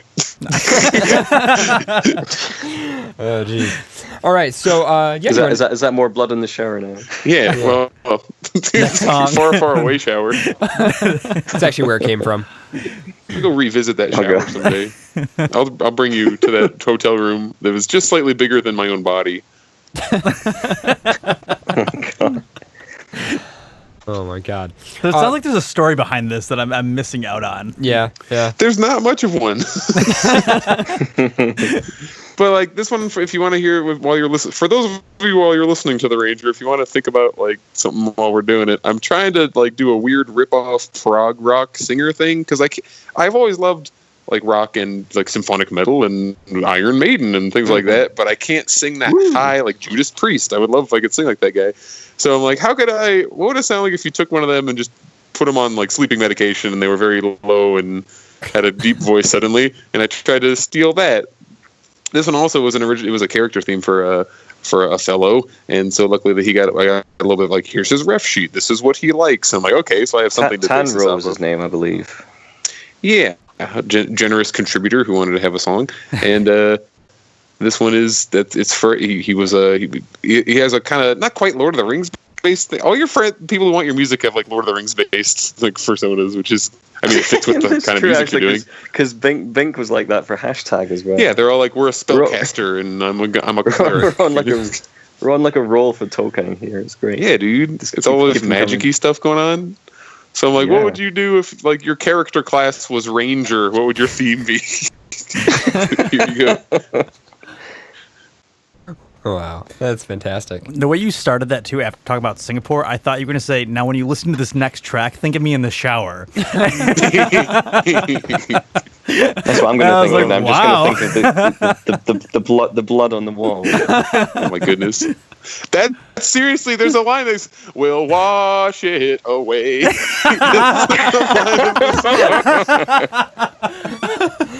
back my the God. curtain. There you go. Am I not going to be able to ever hear this song the same way again? No, We'll never. wash it away. Neither am I. The things you learn when you're on There's a the lot show. of rain. Well, you guys had a good song- career together while it lasted. Yeah. I can sense a really nice music video coming for this song now. Oh yeah. Wow. Can it be just different showers around the world? Exactly. Yeah. He is the ranger trying to find his old previous life splat of blood. What shower was it? Where was he murdered? Where he has to avenge what Oh killed him. God, this Yeah, is it's like- deep. It's like Dark Souls. You have to go touch your blood stain to get your souls back. Yes. Oh wow. There we go. Oh, jeez. Oh, my parents are You coming over. It's gonna be died. loud suddenly. Quick, cut to the song. All right. So I got the song queued up. So I'll hit mute on Skype. We'll give this one a listen. Okie doke. Fun. So this is unmastered Enjoy. version of the Ranger. It's unmastered. It's unmixed. So go easy on us. All right.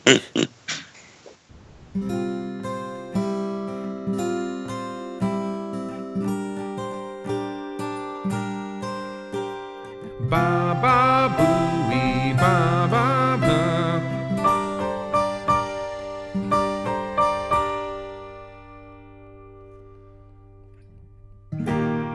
Breathe my goodbyes and wish I'm in the green again.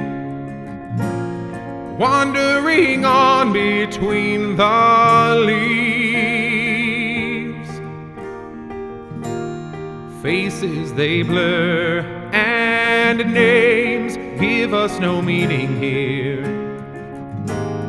Trade them for sun, trade them for rain.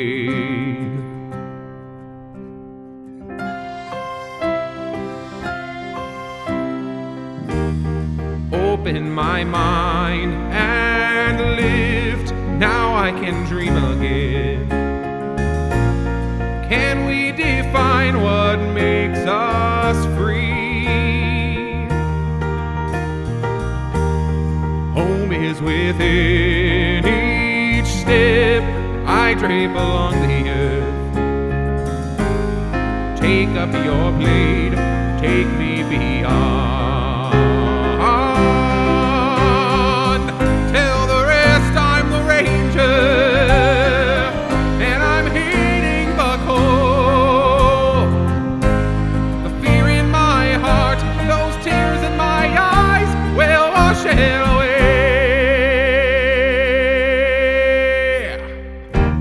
Seasons can change and drift, rivers may run again,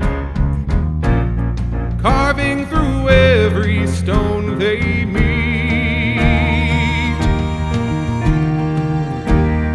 Though not a rock, I stand, and you cannot cut through me. I will be gone, back to the trail again. Tell the rest I'm the ranger, and I'm heeding the call. Fear in my heart, those tears in my eyes will wash it away.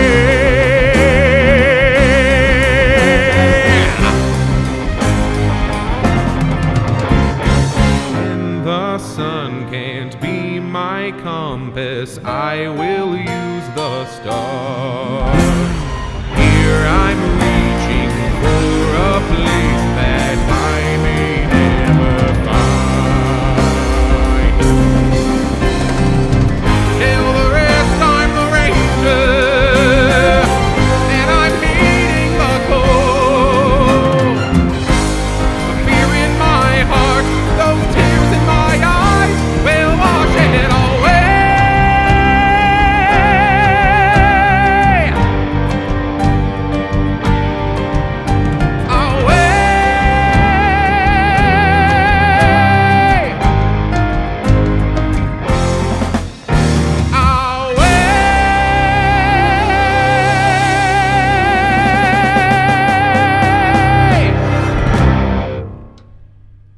Just the last one had a fuck in it.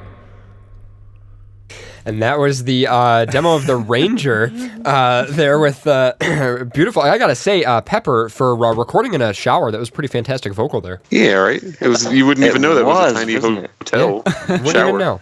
Yeah. We kind of figured it out. The blood was the fact that he was forcing that last lyric out really hard, so it kind of like You are exploded on him there. Disgusting. That is the blood mystery resolved. Ugh. Jeez. Oh god. Well, Oh. yeah. So I mean, I got a couple people in the chat room who are curious as well. Is that reverb on the vocal? Is that a natural reverb or added reverb? There's reverb- no added reverb so far, unless I Wow. put some on your vocals. There might have been, but I don't think so. That's like Studio 2. So Wow. That's Do they pretty- mean reverb, like when I think reverb, or do they mean the fact that my voice goes, like the vibrato? Is that what they mean? no, no, reverb. reverb like Oh, they actually do mean reverb? Reverb as in the sound of your shower. yeah. Oh. Oh my god, it's the shower reverb. No, it's actually true though. Back in the day, the way that reverb used to be done was you would stick a speaker in a space, like let's say a stairwell or like a huge cathedral or whatever, and then you would stick a microphone at the other side of the room and record the microphone, and that was how you did reverb back in the day. Ramping. And but of course, I almost figured that would be natural reverb, and that's what you get when you go to Abbey Road Studios, you know. Yeah, I mean, especially in Studio 1 as well. I mean, like the acoustics in there are just incredible. Yeah. I was in a nice little padded red room with nothing but me and microphones. So those straight jackets, those are a thing. Yeah. Yeah, Come back. this is all starting to make sense now. Yeah. The blood on the shower, the straight jackets, and the padded room. This sounds like a new Silent Hill game. Or something. Yeah. Serial killer vocalist, you know. Oh god, On Peppered Hill. Wow. Peppermint head or something. I don't know. You're tall enough. You could I have a totally pepper pull grinder that for a off. head instead of a giant pyramid. Oh my god. Well, I just want to thank you guys for joining us, for giving us demos of these tracks, and just for giving us the time. And I mean, it's been wonderful, and I really look forward to the album. And I also just wanted to say, is there anything you anything you guys want to plug? Anything coming up that we should look forward to? Toronto. Toronto, Our next one basically. is- We're going to be at First Squared in Wisconsin. That's our next one. That's like this upcoming weekend. Well, like not today, but you know, the next weekend that happens will be in Wisconsin for First Squared. Then we have Toronto coming up. We have TFF coming up. We have a show after the Vernal Equinox, which will be on the Wednesday after that. And if you're in the Toronto area, we would love to show like, hey, if you book us, people will actually come to our shows. This is kind of like an out-of-con trial of what would shows be like if we did shows not at con. So if a lot of people show up, hey, we're probably going to do more of them. If no one shows up, we probably will not do more of that type of show. So CJ, how many come people if you can we would bring in to your see. bus? Yeah, At least 13. yeah, right.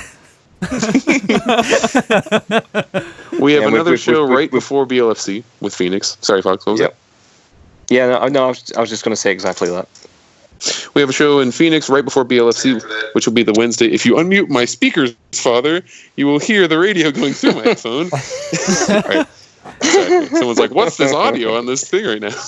The Wednesday before BLFC, we will have a show in Phoenix. We're not sure where yet. My website is lookleft.us, where you can find my music if you want to like listen to for free or purchase some. Lookleft.us, LOOKLEFT.us. And Fox, where can they find your stuff? Yeah, basically, like the best way to find all my stuff is just go to my Twitter. It's FOXAMOORE. I do have a Bandcamp page. Again, the same name. I'm on Facebook as well. I'm on FA2. We do have like the usual cons like Anthrocon, and we're planning Midwest Fur Fest and stuff as well. So there's a lot of like, there's a lot of things we have to rehearse for. Oh man, Yeah, right. I better get to work on this. Awesome. Well, thank you guys so much for joining us. It was great. No, to be thank here. you Thanks for having us. talking. It was a lot of fun. And shout out to Dixie as well for being so easy to work with and helping put this whole thing together. Got a shout out to Yay! Thank you, Dixie. She's now like our official like US agent, promoter, manager. It's like she's helping us get all these gigs. And Well, so Dixie it's claims cool. that she knows more about your schedules than you do. So That's true. She totally does. Yeah. She knows all our dirty secrets. oh jeez. All right, and Secret shows, the backstage. Secret showers. You know, I'm never gonna be able to get this song the same way again. yeah, I know. I'm just gonna laugh Good. every time I hear that. I'll tell you the story. Neither, All the neither songs, we and we so wrote ruin the, it. we wrote the thing as well, and we're not going to be able to see it the same way. we should just bite the bullet and change the lyrics just to kind of like suit that. So I got one last question for each of you guys individually before we end this here, and that is: Sure. do you guys have any advice for aspiring musicians, maybe people who want to get into perhaps even the same genre of music as you guys? What's your advice? You Mine wanna will go be first, simpler, Oliver? so I'll go for because I have less industry experience than you do. Every bit of success I've had came through a combination of hard work, being good at the music that you try to be good at, and then being available. Take every opportunity you possibly can, unless it's like some abusive contract where you're getting like ripped off. But if someone's like, "Hey, come play with my band," do it. If they're like, "Hey, we have an opening, we have a set, you can come play it." Play as much as you possibly can for as many people as you possibly can, and eventually somebody with some influence might be like, "Hey, come on this thing," and then that's how you get going. Cool. Yeah, I mean, basically, like don't feel shy to promote yourself. Like work hard, but also just to enjoy it. Like don't take up music or do it just to try and get like fame or anything like that. I mean, I've like at least for me, like it just kind of like sort of happened. I mean, if you enjoy what you do, if you have the guts to like just kind of like approach people, collab with people. I mean, there's loads of artists out there that wouldn't mind like having a song done for them or having a cover song done. And get some art done in exchange. It's promotion in a sense. Basically just enjoy it. Don't feel shy to promote yourself. I mean, this is how I ended up working with Pepper. I mean, it was just a case of like me asking him, and then he said, "Okay." I mean, despite all the hard work, I mean, you guys have to have a lot of fun doing it. I mean, and else you probably wouldn't be doing it as much as you do. So. Oh gosh, no. If it wasn't fun, we would not be doing this. Like period. I mean, it's all about the fun, and hopefully, like people see that on stage and stuff. Like we don't go there to like make a work day of it. We go there just because we enjoy music, we enjoy playing, we enjoy writing, and we just want to make as many people enjoy that as well. Awesome. Well, I would say we enjoy you. So. Oh, definitely. yeah, definitely. Thanks, guys. Well, we're sorry Yeah, thank you. if you enjoy us, though. We're sorry. Same time next week, then, yeah. If you dare. Well, thank you guys for joining us. It was wonderful, and look forward to everything that's gonna come out of Abbey Road and everything that happens in the future. One last thing though, if yeah. others that want to follow you and like the progress that's going on with this new album, what's the best way? Just following your Twitter or? Yeah, Twitter. just follow me on Twitter, Pepper Coyote, or Fox and Moore. I'll be like tweeting like stuff constantly when I'm down doing the mixing session, and there's loads of pictures. I mean, there's a whole bunch of like snippets of new snippets of the tracks from like a Lighthouse and the other Bitter Lake and all the other ones that are on the album. Essentially, if you go on my Twitter, like all that stuff is there, and there'll be more stuff as well. I tweet a lot of airplane bathrooms And shower, yeah. and showers. Yes. Wow. Oh, geez. Thank you guys so much. Yeah, thank you guys. Oh, thank you guys, thank you, and I'm gonna go good eat night pizza. from Scotland. Yeah, And, get Good night, guys. a We'll good try to night's harass sleep. you in Toronto. So. Yeah, I'll try. Definitely. Totally. All right. Looking forward to it. All right, thanks, Okay. guys. Bye. Good night. Bye bye. Good night. Bye-bye. Well, that was awesome. That was incredible. Yeah, there you go. All right, we should go on a break probably, and then we'll do some news. Yeah, we can. I'd say- I mean, we have like the roundup too. Yeah, we have the roundup too. So Remember we said we were gonna say that. all right. I actually need to fix it. I was going to say that to everyone who's listening to this show right now, that Fox and Moore and Pepper Coyote are probably one of the They're- most. I've known Pepper for a long time, and he's always just been the nicest person. I've never met Fox like in person. I don't believe. Well, I've hung out with Pepper, Fox more than I've ever hung out with Pepper, but like I know Derek, so yeah. everyone else is around Yeah. Pepper. That's the only reason why I've known him or I've met up with him. But, yeah. But after the my big party that I missed, they were on stage too. Yeah, I was at your party. Pepper gave me booze. Well, there you go. Life- So Lifesaver. he won my heart. Well, I destroyed it. Yeah, Oh man. that's good stuff. No, but yeah, both of them just awesome guys. So Anyone who ever goes to any FurryCon, if they're there, I would highly recommend going them, supporting them, and just in general attending one of their shows. And if you get a chance to talk to them afterwards, because they are, as you've seen just in the show, right, their personalities are just fabulous. So Yeah. All right. We'll see you guys after a quick 5 to 10 minute break. This is the Zana Broadcasting Network. Support for FurCast comes from Patreon users, including Blaze Fusky, Shame on the Photon Wizard, Fayun, Oliver Fox, Skipper the Otter, Energize the Wolf, Mystic Fire, Catnook, Dark Fox, Riley the Wusky, Raven Snowfall, Jake the Otter, Furry Omega, Wup, Archon the Four-Eyed Dragon, Letho the Pink Wolverine, Decibel Fox, Zuby Zoo the Oreo Tiggy, Vertical Feline, Fuzzy the Fox, Crazy Wolf, A Certain Horse, Gaia Wellen, Python Goat. Additional support comes from Twitter users Ty Husky, Alpha Werefox, Commander Wolf 3, Magic 7 Wolf, Myron the Fluffy, XSS Fox, Drop Table Foxes, Leon Sarambe, Zelig on Twitter at Stealthy Dragon, Nia on Twitter at Secretkins, Amda on Twitter at IamDemand00, Shua on Twitter at Pulsing Panther, Coda Winter on Twitter at DakotaWolf12, and from YouTube channels, Silver Gatomon, Anthony Wolf Gaming, Striker Chiguar, Ottercat Gaming, and Weasel Level Design by Hayu the Fluffy Scarf.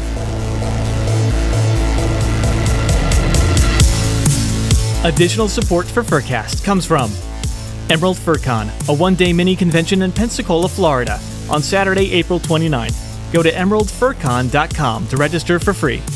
Devin D. Parlett in the Furry Hockey League at furryhockeyleague.com. Macro Wolf at macrowolf.com. Shisha Sheppy, Who's a Good Boy? Harry Who Ink Pen Mouse at harrywho.com. Little Sunshine and Scootaloo, FurCast's #1 wimpy fan, Tyler the Wesky. Dash of Week, who says science. Chris Tail on FA, specializing in toony art. Mipsy the Furry Tailor, each fursuit imbued with a sprinkle of FurCast. X the Fox, the real blue fox.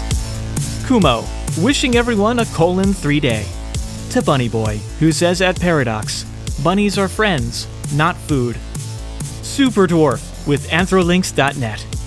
Meds the Fox and Mississippi Anthropomorphics. Like our Facebook page at facebook.com/msanthro. Tekwin, TC Fox, and Kaiwana of the InFurSec Den. Sylvan Scott on Fur Affinity with macro, micro, and hyper fiction stories. The Feline Support Alliance, because canines are obsolete.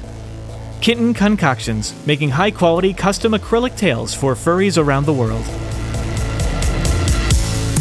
Wild Gadget at lucifursuits.com, helping you look devilishly cool. Jacket Airlines, who's back by the way, and wants you to know that they still and always will land on their feet. Jaff the Wolf on Twitter, offering a free lunch to furries in Denmark. And Cheetah Paws for a daily dose of bulgy arts. Support him at patreon.com/cheetahpaws.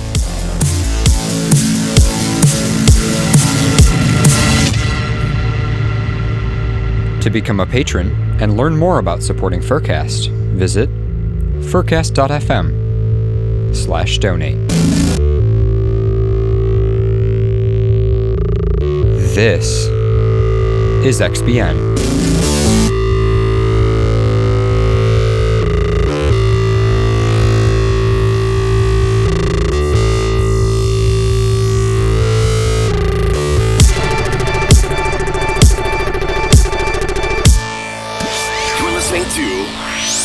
FurCast. Words now once in your head, so you don't have to say it out loud. Take one step backwards, so we don't have to do this right now. Once it's all out, I will fall down. I know that it's been coming for a while. While I tried, you were focused on a different heart. Heard it beating, I was needing the reassurance that you never gave.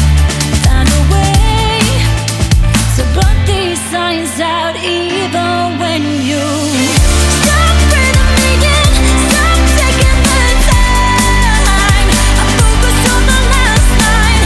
Stop feeling the same, stop looking my way. Pretended it was all fine, so close to breaking down. Still had a smile on my face. You stop breathing me in, I stopped needing my love. I didn't wanna see it.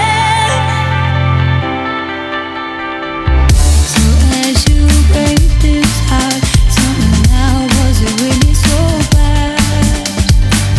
Taking a moment to inhale what we already had.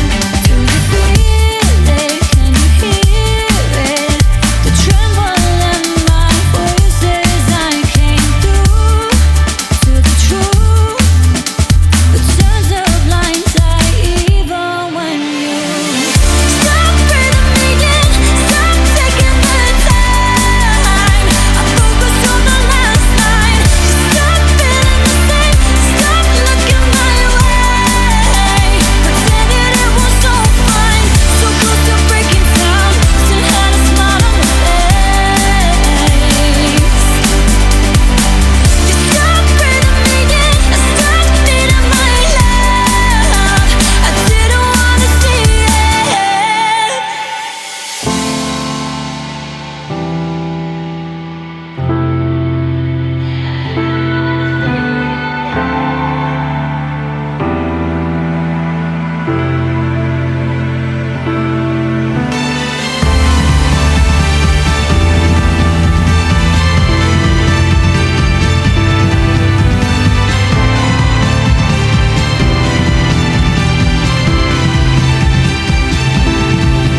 Stop breathing me in, stop taking the time. I focused on the last line. Stop feeling the same, stop looking my way. Pretended it was all fine, so close to breaking down. Still had a smile on my face. You stop breathing me in, I stopped needing my love. Stop breathing me in, stop taking the time. I focused on the last line. Stop feeling the same, stop looking my way. Pretended it was all fine, so close to breaking down. Still had a smile on my face. You stop breathing me in, I stopped needing my love. I didn't wanna see it.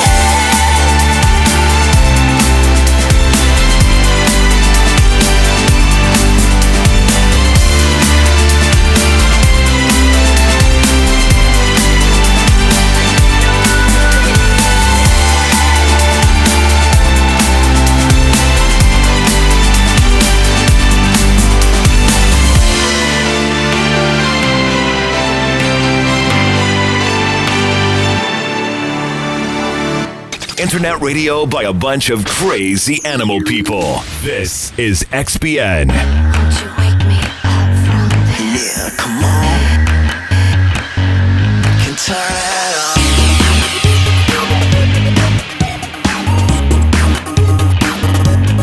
Yeah, come on.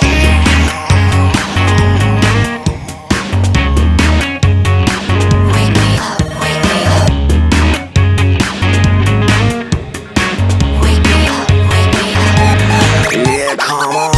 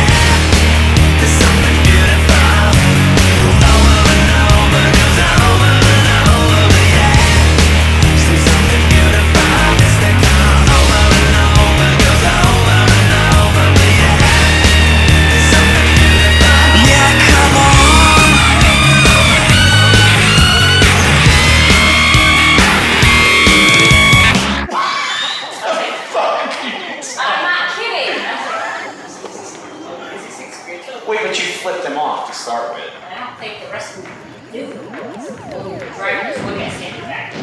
so you flipped off the driver that was a monk at the Getty Museum, and then they wanted to take pictures with All you. the rest of them did. Stars collide and steal my fate. I'm the one that all embrace. I get down on my knees and pray to think of a life someday.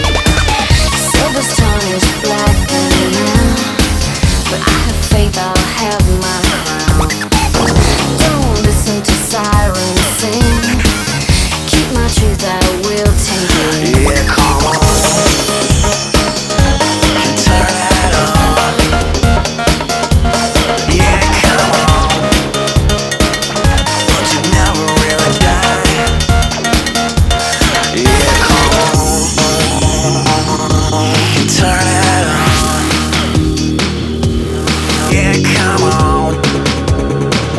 But you never really die. Yeah, come on. Turn it on. Yeah, come on. But you never really die. It goes over and over and over and over. Yeah, there's something beautiful. Over and over, goes over and over. Yeah, there's something beautiful. It goes over and over, goes over and over. Yeah, there's something beautiful. Yeah, come on. Goes over and over. Welcome back to FurCast. And I had none of the sidechains on for that, so I couldn't really talk over that. But yeah, welcome to FurCast. Derek, you stop being gay? Or just in general, could you not be a fox? Could you just not be gay? He was like, you were leaning earlier and like pushing all of this equipment over, and I'm like, hi, stop. No, dude, you're doing it again. Just because you're a fox doesn't mean you need to break everything. I think he's just upset because X is the real blue fox and he's not. So he's such an asshole. Don't touch that. Don't touch anything. What are you doing? No, what does this do?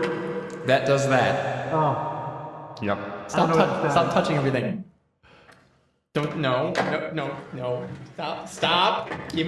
Don't. God, I hate you. I hate when you show up. That's why that party was so good. What, out of the blue? Yeah. That's why your party was great, because you weren't there. I'm great at planning. Yeah, we know. But not attending. All right. Oh, man. So I'm just getting ready for news music type stuff. Let me just here. type right here. If your computer just like blue screen, I would die. But wait. Well, I feel like that's something that would happen to him. It would blue screen.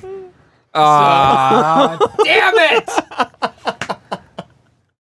Yeah. I can't even enjoy kernel panics when they happen to him because it's just his color. I mean, your laptop would die, yet it's blue screen, so it's really just coming to life for him. It just turns into you, which is just my completely life, which broken. is just a failure.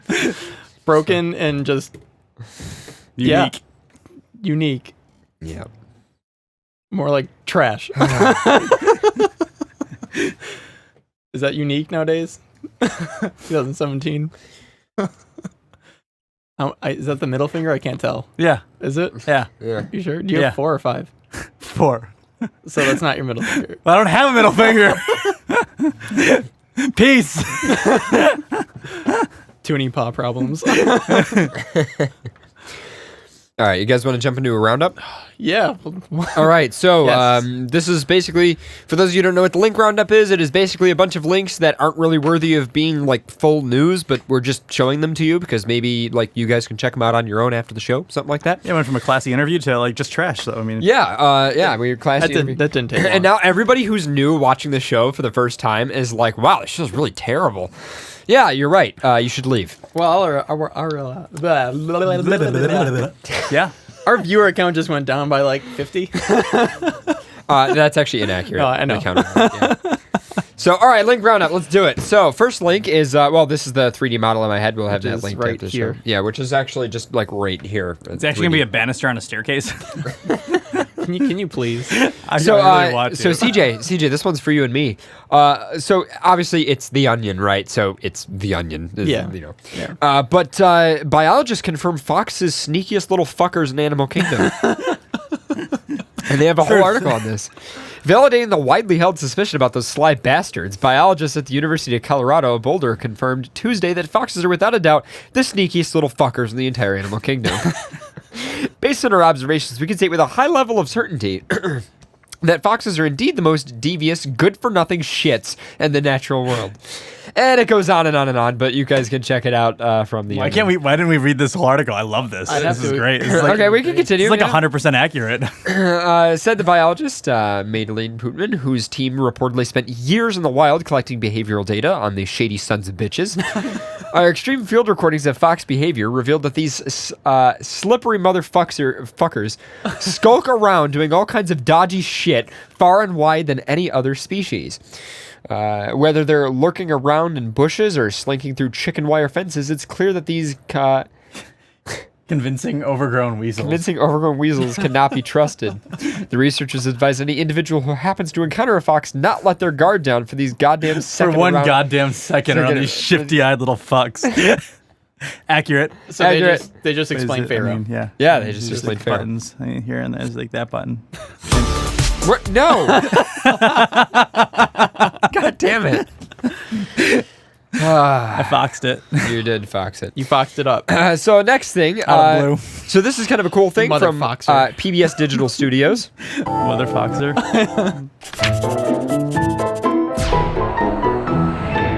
And this is from their OK to Be Smart series, and it is relationship advice from the animal kingdom. Hello, I'm disease-free and pleasant smelling. Let's get to know each other better. Brian, I'm going to be honest with you. That smells like pure gasoline. They might not do the Dougie or the dab or whatever move the kids are doing these days, but animals do play Dance Dance Evolution to lure potential mates.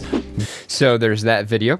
This is an interesting article from Vice that says even furries are fighting fascists, and it talks about some of the stuff that's going on in the latest political landscape and a bunch of that whole drama. So might be interesting for some of you guys, if you're interested in that.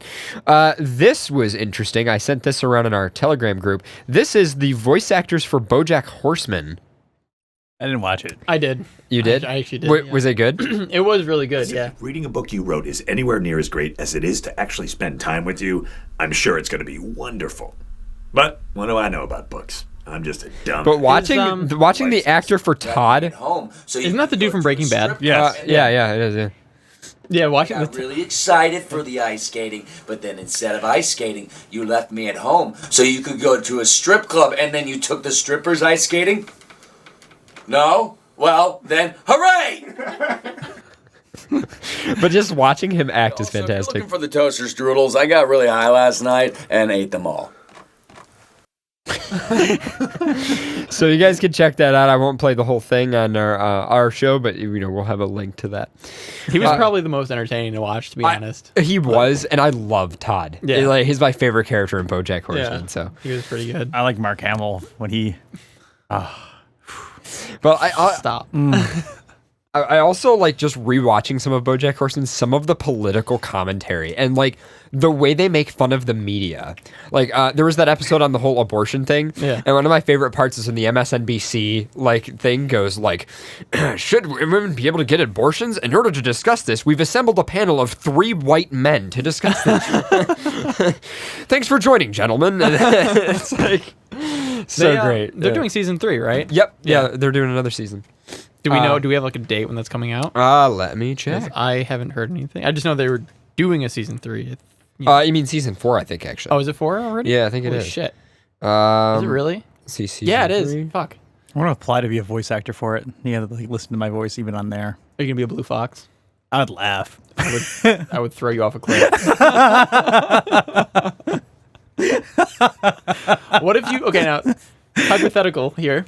What if you applied and you were accepted and didn't say anything, but all of a sudden you were a blue fox? I'd be upset. I wouldn't watch the show anymore. I'd be happy just to make you upset. And to ruin something that you have enjoyment in. that are excited to look forward to. You're such a nice friend. Like, you'd be excited for BoJack season 4, and then like I'd be there.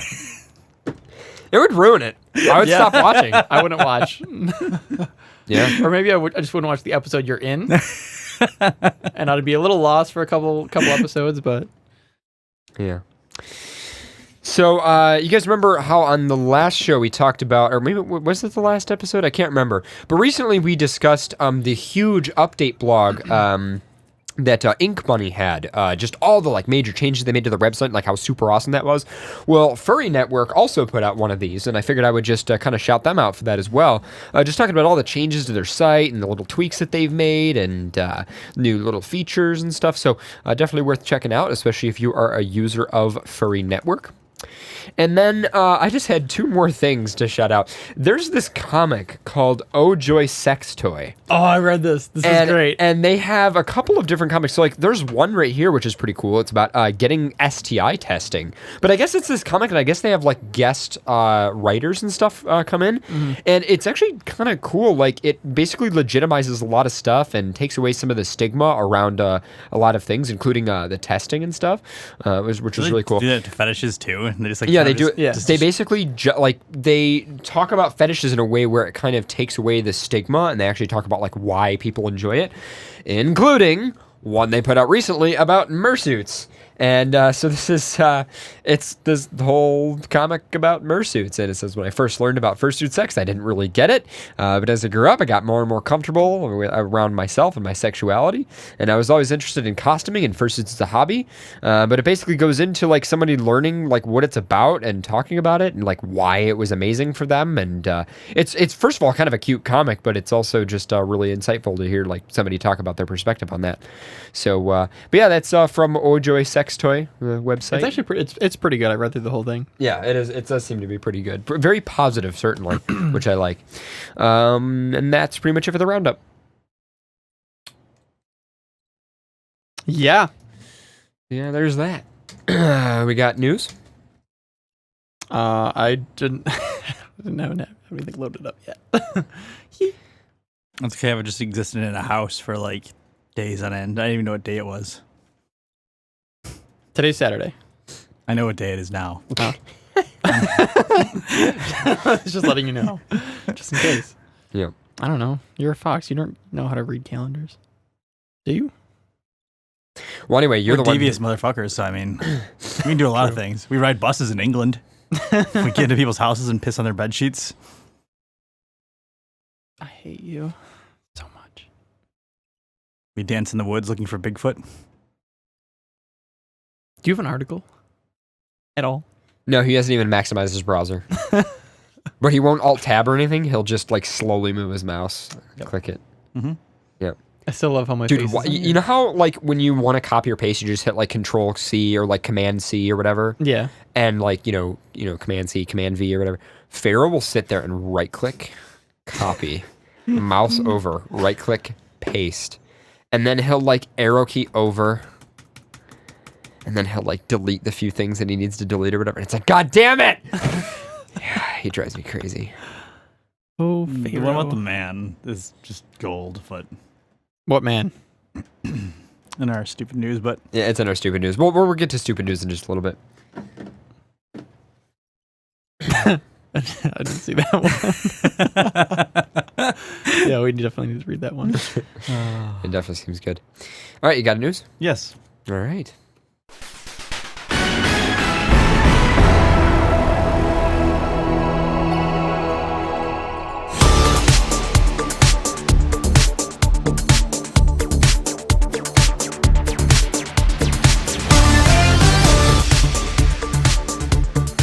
Zelda the ferret receives a pacemaker. A ferret receives a pacemaker. Mm-hmm. Okay. Weasels. Which begs the question: if you put just all animals you owned on pacemakers, wouldn't they just live longer? No. Live forever. I don't think it works like that. Yeah, I don't think it works One like of the that. most common problems with animals is heart failure. Yeah, but okay, so you replace the heart, but then everything else. What about that? Well, yeah, but there's also Well, like everything else is going to fail eventually. But Yeah, I'm saying that's what I they mean. would live So- longer. Well, the other thing is animals live way longer in like if they're an indoor domesticated pet than they would in the wild. Yeah. So that's the other thing is like the reason that it probably is heart failure is because we kind of push animals to the limit of like what their bodies were ever meant to survive for. Push it to the limit. Walk along the razor's edge. All right. This is like a very old ferret. Yeah. Anyhow, vets in Kansas currently celebrating after they pulled off the very first surgical implant of a pacemaker into a ferret. It's a great example of bizarre veterinary surgery, and most importantly, it makes absolutely incredible x-rays. Zelda, the 4-year-old ferret, underwent the pioneering surgery at Kansas State University's Veterinary Health Center in January, just before Christmas last year. Carl Hobie noticed that his ferret was off her food and appeared to have no energy. Preliminary examinations showed that she had low heartbeat, which was caused by a third-degree block in her heart, also known as a complete atrioventricular block, where there is no transmission of electrical pulses between the chambers of the heart. We performed an echocardiogram, EKG, and chest x-rays, which demonstrated Zelda was in good candidate for the pacemaker implantation. Justin Thompson, a veterinary cardiologist who operated on Zelda, said in the statement, "As with human patients, this condition called for an implantation of a pacemaker to help increase Zelda's heartbeat and to provide good quality of life." The pacemaker is actually the same type that would be used in humans, except it has been modified. Well, we tried. Well, maybe next time. Got another ferret? Sorry about your pet. Got another ferret. There's tons of weasels in the world. Sorry, Hayu. Except it's modified the leads to cater for her ultra small veins. The implement device simply uses low energy electrical impulses to prompt the heart muscle to beat at a normal rate, not a human rate. Once they had the pacemaker specifically adapted and got the okay from Carl, they went ahead and fiddled with the fiddly surgery.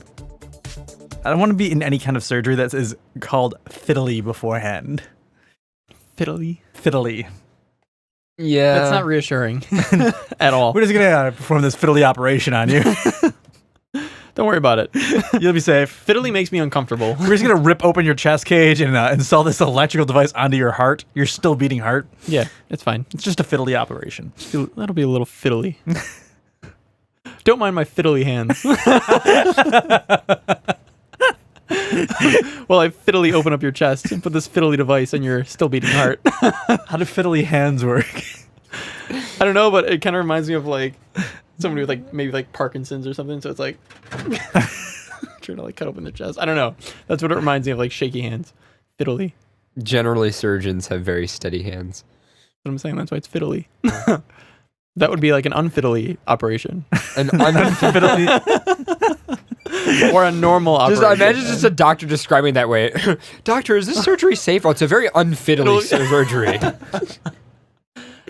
That would still make me uncomfortable. My hands have not fiddled in many years. They're not. My hands are not fiddly. I have specially trained hands.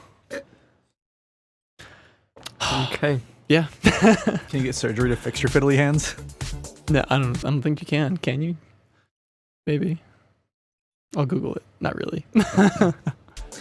Hospital says it's the first time that they ever implemented a pacemaker in a ferret. What is wrong with us? However, other institutions have done it in the past. This is the first time we've ever performed a particular procedure on a ferret, although I have performed it on dogs before, the associate professor of small animal surgery said. I was very concerned about how small our patient was, whether I could successfully suture the pacemaker leads. The pacemaker's like bigger than the ferret. Do you know if you chase after rabbits long enough, their hearts explode? You would know that. Really? Yep. Okay. You're such why do you know that? Because he's a fox. Well, fuck. He You're right. kills rabbits without even trying. Judy's my homegirl. I was just gonna say something about that, but speaking of which, you still have not come over so we can snuggle and watch Zootopia. I know. What even is our friendship at this point? Can they make the alternate Zootopia, the one with like, the collars? Because that one seems a lot more interesting. I do. I wish they would, but like I know I saw somewhere that like they're not gonna do anything with that, which I feel like they should. Even for the second Zootopia? I don't know about that. But I know I read somewhere where they're like, yeah, the original script was like scrapped, and like the only thing that's like left is whatever you probably already found on the internet. Can we go back to Disney when they understood emotions and then like would destroy your childhood? Yeah, because I know we've talked about this in the past, but Zootopia. Okay, every single Disney movie leading up to Zootopia has made me cry. One movie didn't make me cry. Zootopia, yeah. Not still like Zootopia. It was a good movie. It's just not. It was great. It had the potential to. That's what it made me upset because it it had just the blew potential to over. rip your fucking heart out. Yep. And But it didn't, and I was like so upset because like whenever I go to a Disney movie, I'm like, hey, I'm ready to cry. Like I need to get like my monthly cry in, you know. And it didn't happen, and I was actually disappointed because I'm waiting for it. I'm like, okay, I want to tear up, and it was just like that one moment, and there was no tears. And I'm like, spoiler. Was that it? Come on, give me more. If the ending moment when they meet under the bridge. Spoiler, again, but I think everyone who's listening to the show has watched this probably like 30 times. I've only seen it twice. If he would just remain silent. I probably See, that's you know what? And it was that moment. I think they made him like speak too soon. Like yes, if there was more suspense, that's like what I'm saying. at least 5 seconds more, it would have been like one of those things where be like, oh my god, like say something, you know? But like, please say something. Nothing. Yeah, and he was just. It was. Can we just edit it? Can we just edit this? Well, you know what it reminds me of is Zootopia sad version. Just edit that scene. The FurCast sad edit. But like. The other thing too is I remember in Monsters Incorporated where essentially that same scene happened. Yeah. In the ice cave. But that made me cry. So yeah. Zootopia.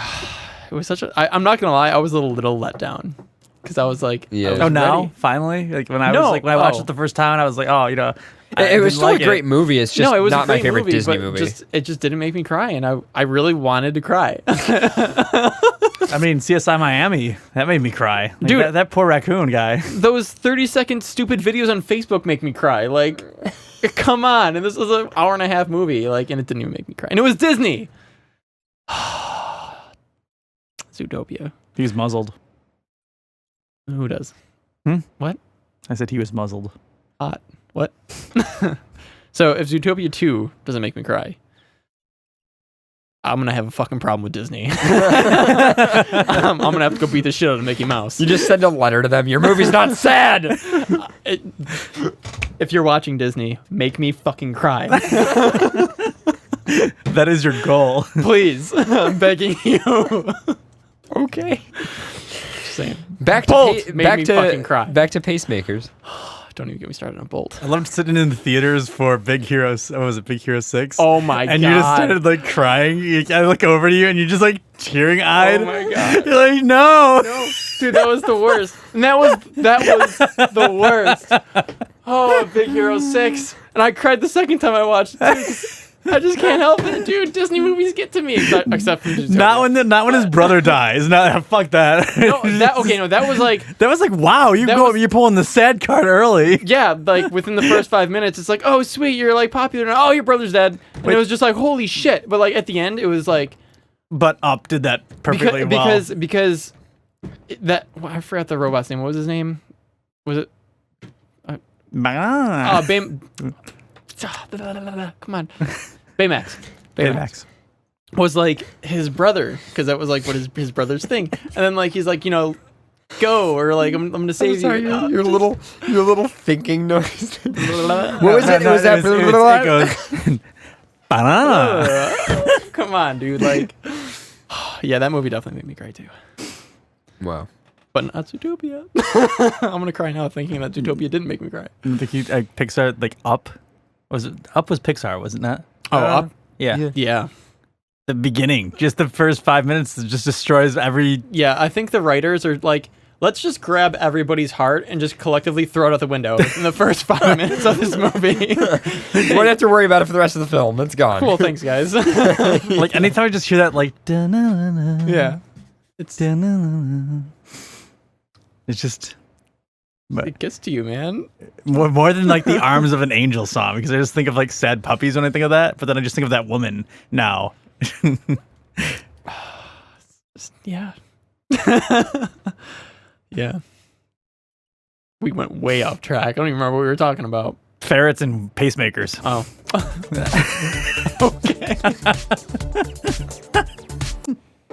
Welcome to FurCast. How is that even related? Anyway, okay. Life. It's a mystery. Was that the end of that? Yeah, that was the end of it. Do you have another one? I have a stupid one. I don't know if we want to go stupid right away. Not yet. That was kind of stupid though, but Beer company gives its staff a week paid paternity leave. paternity? Paternity. P-A-W? Yes. Okay. That's what you think.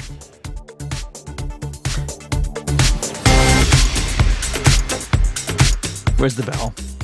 The bell. Behind you. Here, I'll get it. Hold on. Before I even read this first line, this is bad. It's that bad, huh? Yeah. All right, go. This is one totally possum job perk. Bosses at Scotland-based craft beer company Brewdog are given almost 1,000 employees around the world 1 week paid leave when they welcome a new puppy into their lives. So if they adopt a dog, They get a week leave. that's actually pretty fucking cool. You just keep adopting dogs. You never work. 52 dogs. 101. I got 2 years off, yeah. Got a lot of dogs though. Don't know what to do with them. I watched a movie about a coat once. Jesus fucking Christ. You are the fucking worst. Oh. I hate you. The movie's about a coat. Dogs are just a side story. 101 Dalmatians explained. Quick summary. Through the eyes of a fox.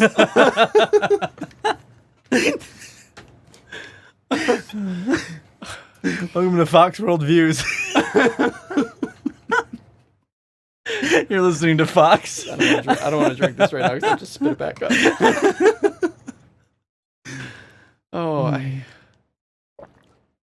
Where does your mind generate these things?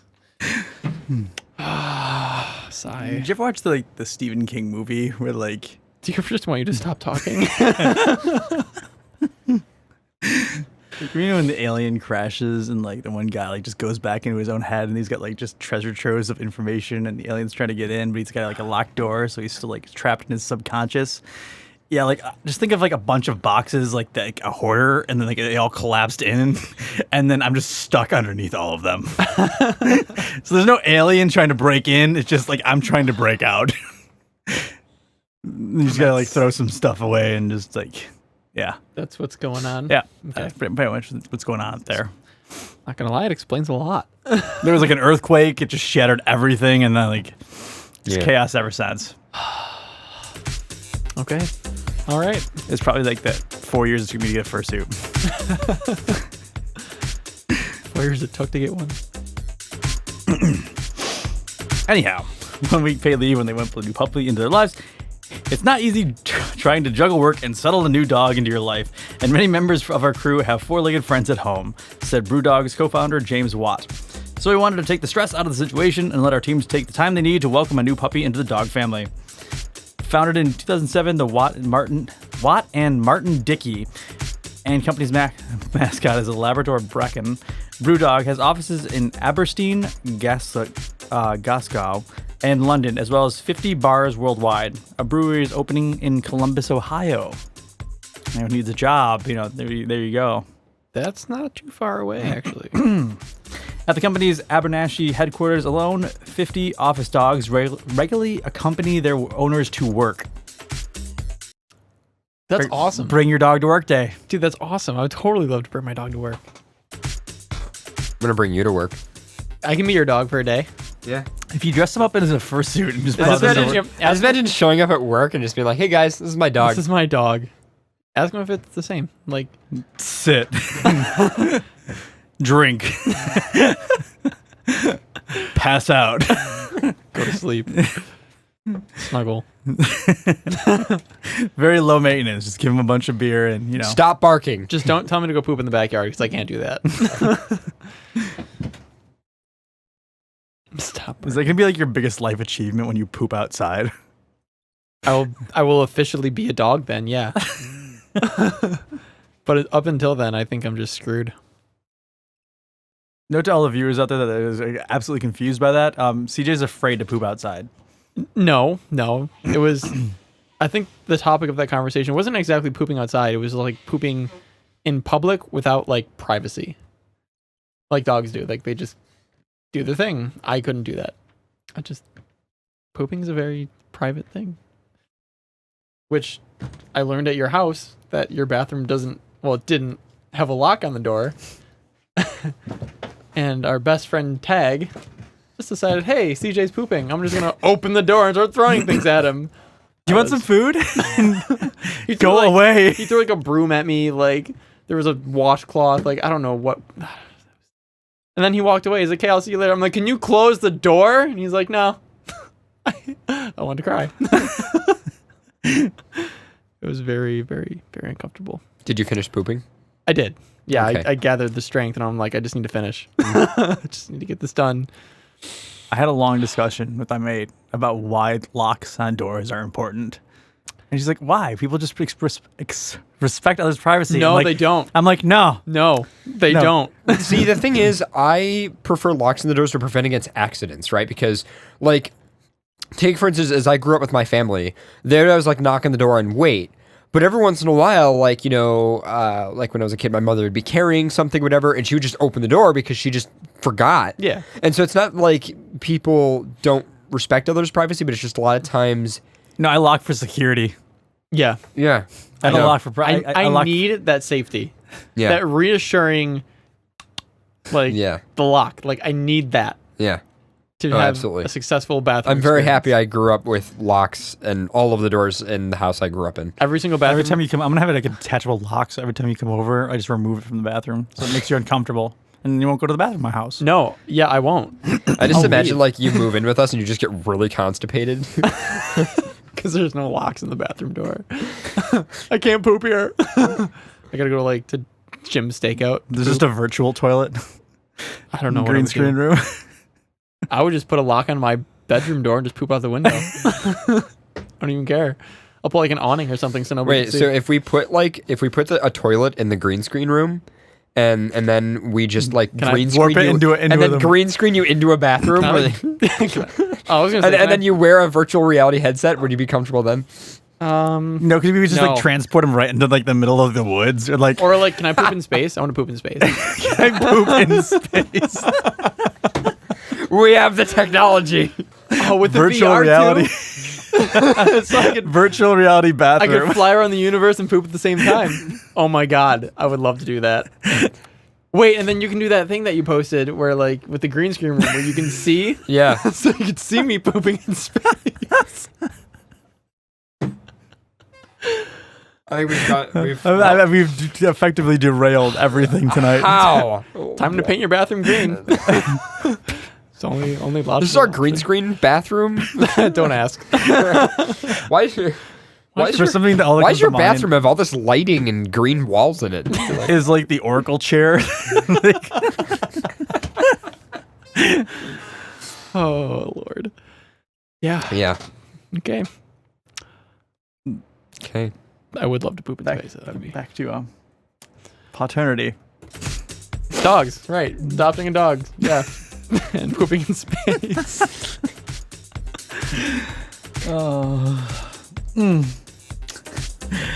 There's a new deal, a new benefit dubbed paternity or maternity leave on its website Monday. It says that part of a plan to the best company to work for ever.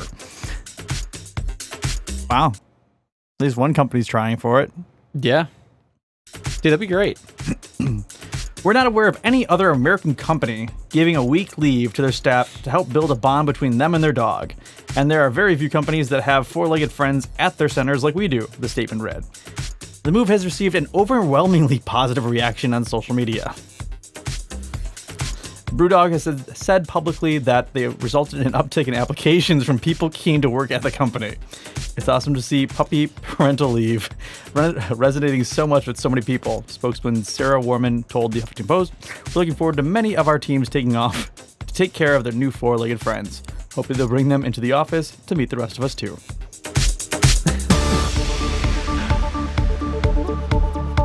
Cool.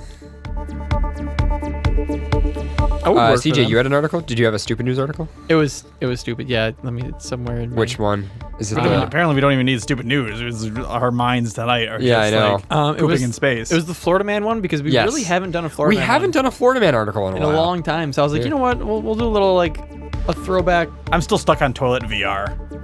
I want Because no one's made a game for it yet, and we can make Just millions. call it VR poop. I just want to poop in space. But see, like, we could then fuck with you because we could, like, turn it into a crowded city.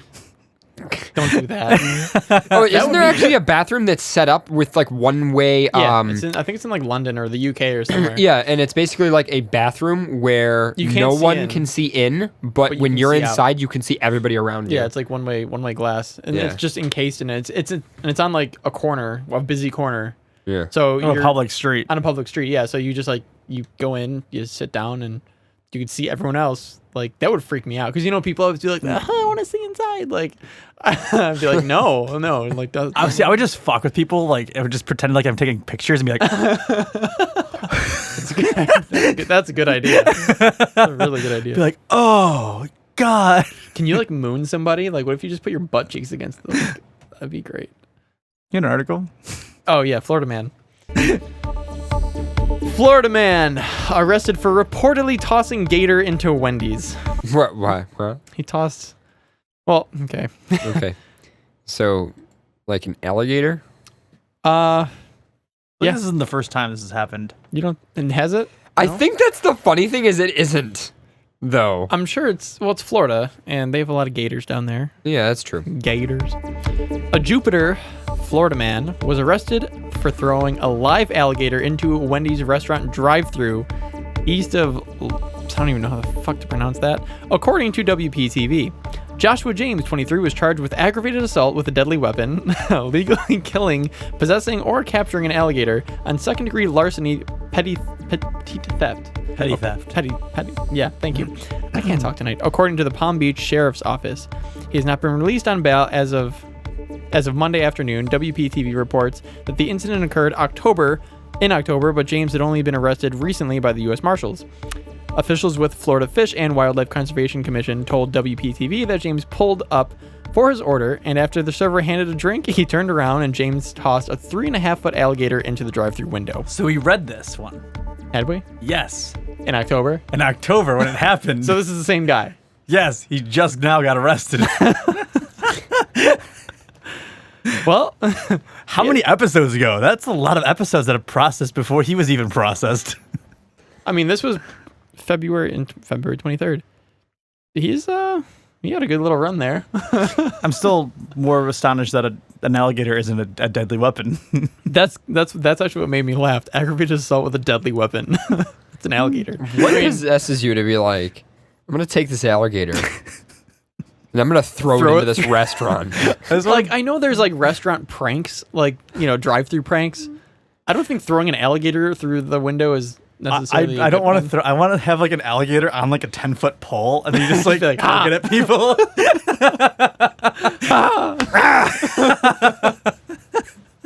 That would probably definitely freak somebody out. my gator pole. Like be like, hold on, I need to get my wallet, and then just be like, ha!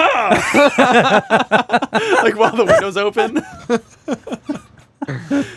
Like that would be funny, but like throwing a live friggin' alligator through the window, like, nah, I don't know about that one. Gator on a stick. All right. The next portable weapon to suit all your needs. Gator on a stick. Need trouble catching a rabbit? Just you're not gonna get the rabbit back, but it's at least. So I got one. Unless you want to read this one, Sarah. This one is absolutely fucking ridiculous. Man creates a Tinder-like dating app where he's the only guy available. Unfucking believable. If you've ever used Tinder, you know that going in that the odds are stacked against you. For starters, there's a ton of dudes on Tinder. Not only that, but European scientists recently studied the behavior of Tinder users and found that majority of women really only swipe right for guys they're actually interested in, while men are much less picky and more likely to casually swipe right. So if you're looking to Tinder to find a last-second date for Valentine's Day, reminder, just 5 days away, you might be shit out of luck. That is, unless you follow the lead of one genius and develop your own Tinder-like dating app where the only guy available for women to date you is you. Talk about narrowing the field. Schneider is the brilliant work of an entrepreneur, author, product designer, motivational speaker, and all-around jokester, Shed Simov. He's also behind such stunts as a book called What Every Man Thinks About Apart from Sex. The kicker, the book only contains 200 blank pages. I think I've seen that actually. Yeah. What Every Man Thinks About Apart from Sex. And then the book is just 200 blank pages. I don't get it. Another called 50 Shades of Grey, which also contains another 200 blank pages, except they go from light to dark gray. Oh my god. Really? Wow. I would buy that though, just because. As the book goes on, we haven't explored all of Simov's many ideas, but it's reasonable to assume that at least 4 more involve printing books with 200 blank pages. As for Schneider's app, the tagline quality, not quantity. Or wait. Yeah, quality, not quantity, is very real, and the 45-year-old Simov is using it to find love on Valentine's Day, per the Mirror. He's already had more than 100 matches so far. I've anticipated the scarcity of potential matches will create increased demand. And with that, the more chance of dating success, he told the Mirror. I'm now a big fish in my own pond. Wow. Oh my god. So there we go. There is a genius in the world. That is pretty great.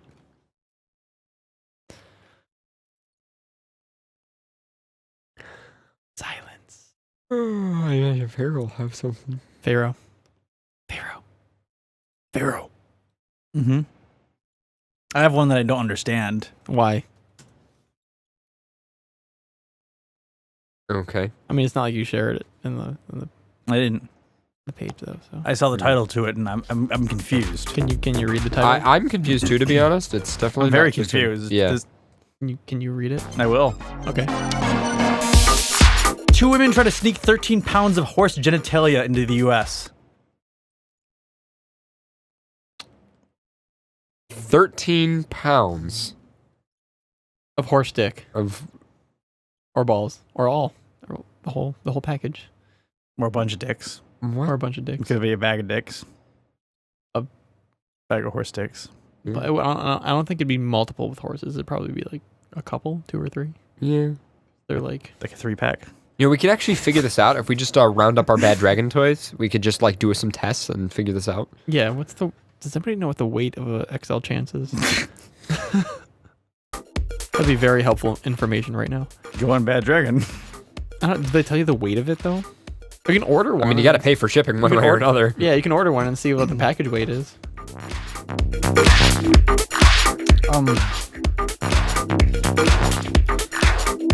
We'll do the news clip later. I'm just trying to fathom, but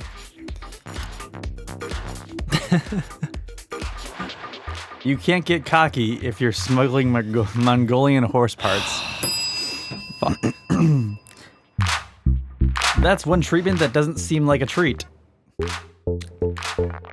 U.S. Customs and Border Protection Office officials at Washington Duluth International Airport stopped 13 pounds of horse genitals from being smuggled into the country last month, according to a CBP release. I mean, are horse genitals dangerous? There's like ivory trade. There's like a horse dick trade that's been going on that we didn't know about. Horse dick trade. Black market for horse dicks. There's got to be. I mean, what other reason would they be doing this? Why would you smuggle? I'm still so fucking confused why you would be smuggling horse dicks across the U.S. border. Like, what purpose? I'm curious, but I'm not at the same time. Are they trying to transport the horse in parts? just a bad batch. Bring over the dick first. And then the rest of the horse. Can they be paired back together? Hey man, Bad Dragon's got to get imports from somewhere.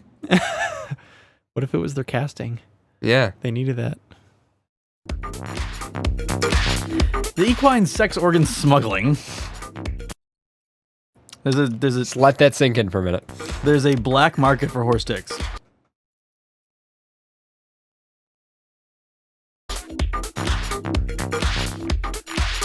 The internet has taught me something that I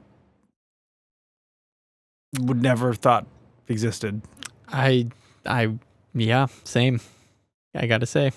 I have to say, as long as they're not like harming any animals, I don't give a shit. I think you're harming an animal when you cut off his dick and balls. If it's dead, Is though. it dead or alive? Yeah, like that's the thing. Are you? We need to figure this. There's a route that we need to explore first. Like if they're just just cutting a horse's dick off and being like, okay, off to the U.S. Then that's got my souvenir. That's kind of a problem. But I mean, if it's for the black market, most likely it's probably sketchy. So, well, I mean, there are black market kidney trading. There are people who get their horses like neutered and stuff, but there's Rocky Mountain oysters. But I don't really know if the dick ends up in the black market. Like that just kind of doesn't seem like medically how it's supposed to go. So I don't want this attached to my body. Can you finish reading this? Because otherwise we're never going to get through it. I know. If you can find a dick, yeah, we'll do it. I know just the place. Reminds me of the guy from the back alley in Futurama. As long as you don't need lungs, I'll give you gills. These are much better. Breathe underwater. Oh, God. The equine sex organ smuggling was attempted by two women from Mongolia as custom officials had them go through a routine agricultural inspection. But the horse genitals were only part of the package. All told, the women attempted to smuggle 42 pounds of horse meat and 3 liters of yak milk. Horse meat is prohibited from entering the United States unless accompanied by an official government certification from the country or government where it originated. So if it's all just stuff from dead animals, who cares? Because you can't bring horse meat into the U.S. Yeah, I can. I mean, there's all kinds of agricultural rules like that. Yeah, but I mean, if they had it certified, it would have been. Why? Like, what's so bad about horse meat? Usually the reason they have those agricultural rules, it has to do with like diseases and stuff like that. That's generally the reason they have those kind of rules. Isn't the old American expression, I'm so hungry I can eat a horse? Yes, it is. But America won't let you do that. Taking away our fucking rights. We can't even eat a horse anymore. Damn it, Trump. No, he's trying to get rid of the Endangered Species Act. So you can eat your bald eagle and your baby seal. Whatever you desire. Filet mignon. And you can have your whale penis car seats. Oh, God, I can't wait to have those. Luxury. Yeah. Tanned whale penis. Real luxury is whale penis on sitting on tanned whale penis leather. Wait. Real luxury is sitting on whale penis on my way to work. Can't wait. For anyone who doesn't get this reference. All right, hey, it was nice to have you on the show, CJ. I'll show myself out. I know where the door is. I'm sure everyone gets the reference, but not everyone gets this reference. There's actually a vehicle that has. We've read an article a while back in the show about a vehicle that has that for their seats, like the leather in the seats. Moving on. Anyhow, Customs and Border Protection takes no pleasure in seizing and destroying travelers' food products. Wayne Boney, CP Port Director for the Area Port of Washington Dulles, said in the release, "We're in the business of protecting American agricultural industries, like the livestock industry, from potential introduction of animal diseases posed by these unpermitted food products." The women who brought in the horse genitals and other products were not arrested, but the products were incinerated. Yeah. I mean, I like mine well done. Raw, uncut? Medium rare. Raw, uncut. Not quite incinerated, but, you know. Do you like it well done, nice and well done and flared? Yeah. I hate you. Well done and flared. Well flared. It's kind of like butterflied. Just flared. As Americans, do you just wrap it in bacon? Bacon wrapped horse penis. A bit of I'm in my happy brown place. sugar. Caramelized. Deep fried on a stick. Get your penis here. Deep fried horse penis. Deep fried horse penis on a stick here. We got deep fried Reese cups too. You're just at like a fair. And deep fried horse people. penis.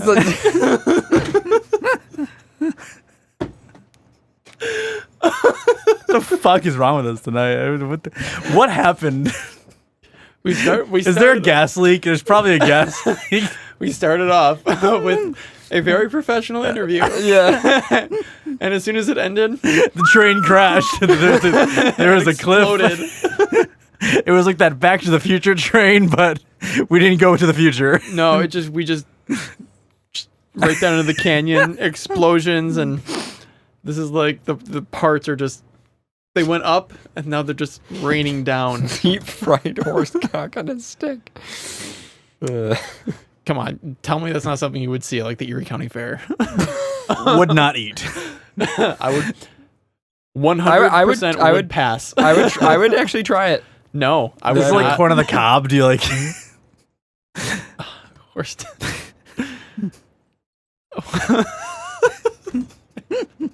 I need to stop my brain from. Hey, What were you thinking about, CJ? Hey, listen, you are what you eat. I'm a horse dick. What's your spirit animal? Horse dick. Probably like most of the fandom. That's probably like half the fandom. ABC News covered this. That's what I'm. Oh god. I don't even want to play the news clip because it'll just make it boring. Yeah, I think we're good with it right now. Yeah. Oh god. Let's not get cocky now. Shut up. Go away. Nay.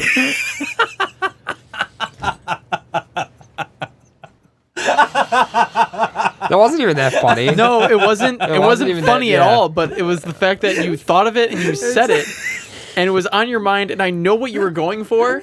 I just want to strangle you. That's why it was funny to me.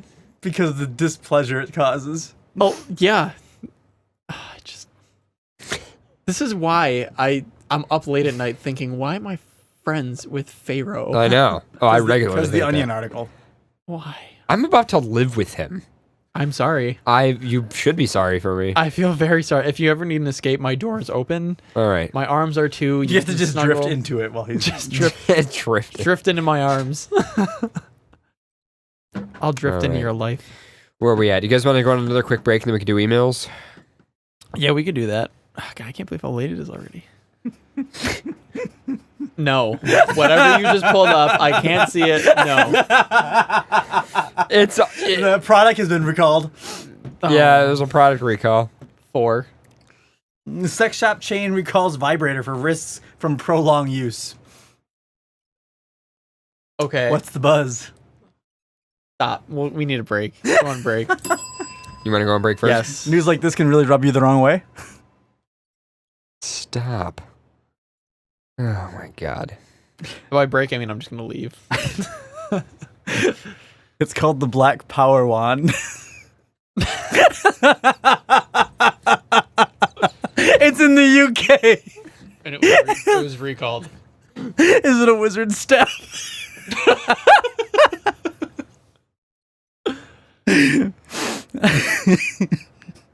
Oh my god, my brain just went real dark. I can't say that on air. You can't? No, I can't. This is. Are you gonna read this now or Yep, after? I'm reading this now. Yeah, we should probably read it now. I'm gonna. All right. Yeah, I can't. What I was. Yeah. All right, go ahead. No Fred. sex toy retailer wants this kind of buzz. A British chain of sex tops is recalling one of its most popular vibrators because of concerns they might get damaged through prolonged use. It's gone crazy! We can't stop it! It just burrows in like a drill bit. You know what I'm thinking about when I'm gonna be like? Is this what you worry about? When Yes, you this use is this, it's like how dicks work, right? That mental image is what I'm going to be thinking about next time I'm drilling something at school. This vibrator that just won't stop. While I'm like drilling through like a metal block, I'm like, oh, I'm start crying. Is it the Katy Perry song that's like can't stop, won't stop? And I can't stop. No, that's Miley Cyrus. Oh, okay. That's the Molly song, all right? Isn't it? No, it's not. Anyhow, Yeah, it is. Prolonged use. Ann Summers, a popular sex shop chain in the UK, is recalling a product called the Black Power Wand. There's a link for this.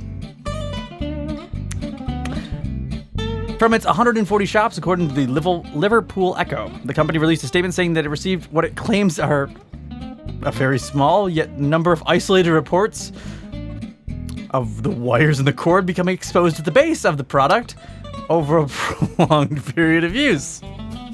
It's actually pretty bad. Yeah, that is pretty That's pretty bad product design right there. That could end up in a lot of pain. A little bit shocking, you would say. I'm not even going to acknowledge that. Since the company doesn't want to give off any bad vibes.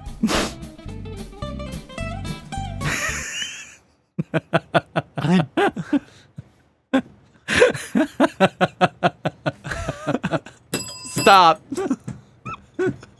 I can't hit the spell enough. I don't want to smile. I'm upset that I'm smiling. Who wrote this article? Literally and figuratively, each shop is now displaying a notice telling customers who have owned or bought the Black Power Wand to bring it back to the store immediately or call customer service for help. Hopefully while not using the wand at the same time. How do I get into that line of customer service work? Hi, thank you for calling Vibrators Incorporated. How can I help you today? It won't stop. I can't get it out. Do not call customer service. Please go to your local hospital. Is it supposed to electrocute me? Have you unplugged it and plugged it back in? Have you tried unplugging it? Turn it off and on. Sir, you need to use lube with that. We sell a lube dispenser. We recommend the smooth blend.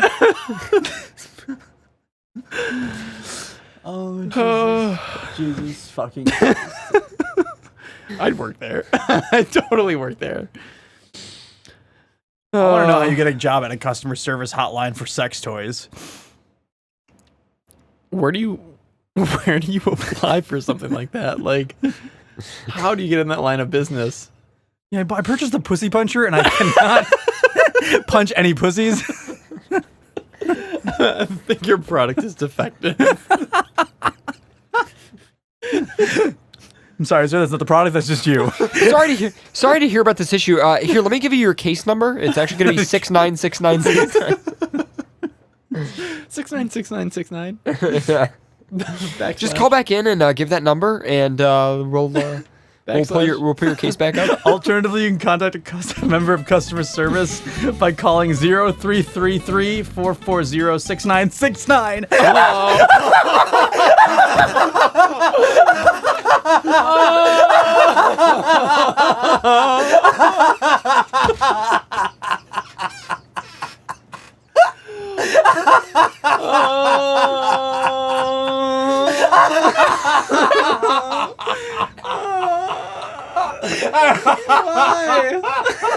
I was not ready for that. I wasn't ready for that.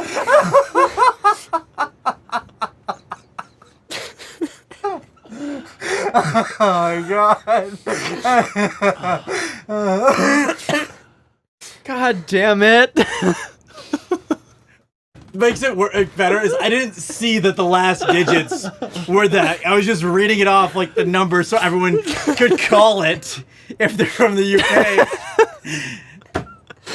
Yeah. So to answer your question, to get a job at the sex hotline, just gotta find a number that has 6969 in it, and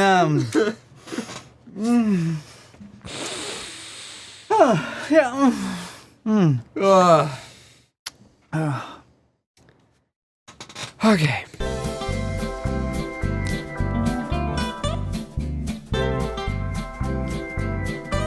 which then, to be honest, makes an even more unwelcomed theory is how do you do product testing?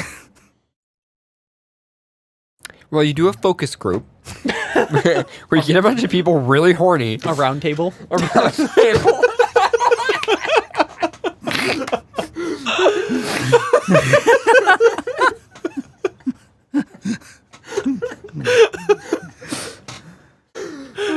Get a bunch of people together. Hi, thank you guys for attending the focus group today. We're gonna split into two groups. The control group. There's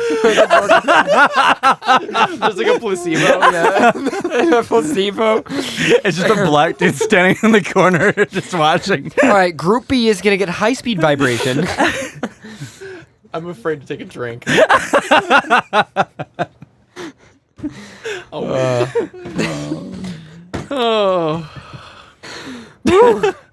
Oh shit.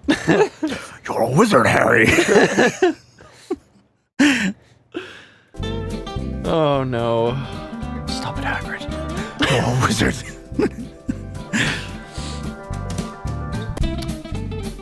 Are you done? No. Can we go on a break? And Simmer's marketing director, Kathy Reed, told the Evening Standard that the recall affects Black Power Wads soon after November. Are these as bad as like the Samsung batteries? They can explode. Honey, is there supposed to be flames? I feel a lot of heat. It's getting really hot in here. That's not my fetish.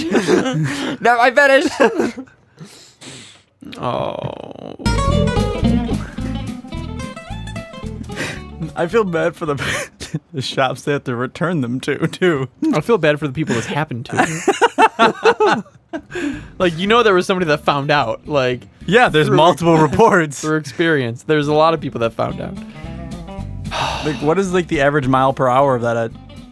Like what's the warranty covered? Like, is it thrust per minute or vibes per second? Orgasms. Orgasms. You're allowed to have so many orgasms in a year. But they will continue to ensure that all customers affected are reimbursed with a full refund, and our customer care teams are ready to answer any questions, concerns, queries, or problems. Oh, good for them. Is that it? If it's not it, it should be it. It should be, yeah. I'm just going to stop. I don't want to know anymore. Yes, I think that's a good idea. But any of our UK listeners, if you want to give a call to 0333-440-6969, that's the customer service number. You can explain how your Black Power Wand drilled you out of control.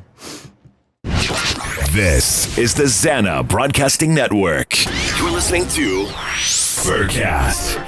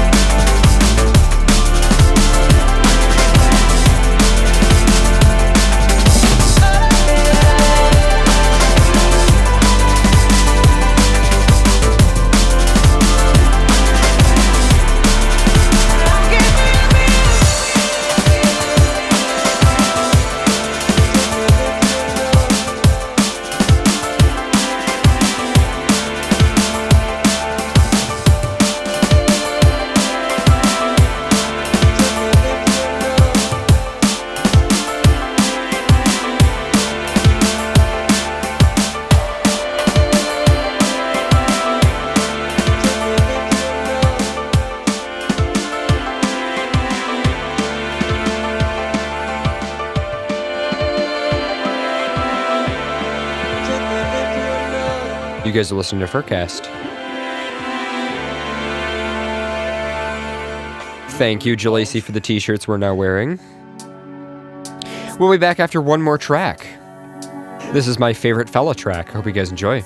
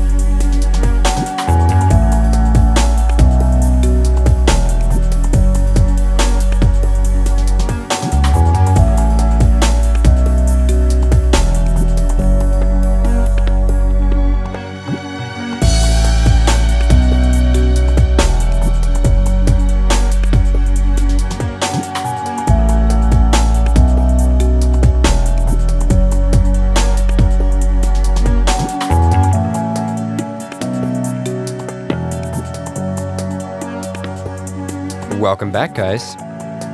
Hey. Hello. All right. We should be back here. And metadata is pushed. We're all good. All right. What the hell else do we have to do for tonight? What was that video? Oh, Jesus Christ. Am I really about to do this? For the new company shares? So, what is this exactly? Explain. These are the new chairs for the new studio. Oh, these are our new studio chairs? Yeah. Okay. Is a discreet, maintenance-free, non-electric pleasure chair. Can we pause that for a second? Provides women. Not in any fucking way is this discreet. There is a giant hole in the middle of your chair. That's shaped like a penis. That's shaped like a dick.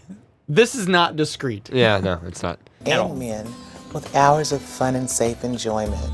The sturdy, all-steel, sleek framework pleasure chair is built for comfort and visual appeal. My stiletto is functional. The speed and depth of penetration is determined by the user, not preset controls. It's compact. It has an It literally looks like a penis. It is shaped like a penis. The seat is a penis. It's And it has a penis that goes through the penis. 5.5-inch height. There's a penisception chair. I can't handle this right now. Storage and So we're all gonna get those for the studio, right? It's just Easiest way for me to never go to the studio. Well, I'm done with Pharaoh. Well, we know how to get rid of Pharaoh. Instead of bring your own beer, it's bring your own chair. We buy you a blue one. If we buy you a blue one, will you sit on it? Tempting. But no. You can bring your own dildo. Can I just put like a beer, like a drink there? BYOD. And when you're thirsty, you just like slide forward and it just comes up. It comes up. So it's just like an attachment arm. So it comes up between your legs. So you just like shift forward and your drink goes, and you just like take a sip and then you shift back and the drink goes back down. So this is what an asexual thinks about. I don't think about replacing with a dildo. I just think about making How it to make useful. this useful for normal me. life. If this is what being an asexual is like, then How to take something that's already been made that's for sexual purposes and turn it into everyday normal life use. oh my god. For easy convenience. Because you could be playing video games and you don't have a drink in your hand, and then all you have to do is scoot your chair forward, and the drink would just come up to you. So you even have like a straw in it. This is our next invention. So it's like you don't even. The sit and sip. There it is. That was easy. You guys inventing shitty products again. 10-foot handy. You guys have so many. You guys have like the Gooch Mirror, the Pussy Puncher, the picnic table that can drive. I love the pussy puncher. Yeah. A cock ring with flexing arms on it. Come on. How is that not already a thing? Yeah, and then you have this now. The sit and sip. The sip and people. Sit and sip. Sit and sip. Call now. Just $19.95.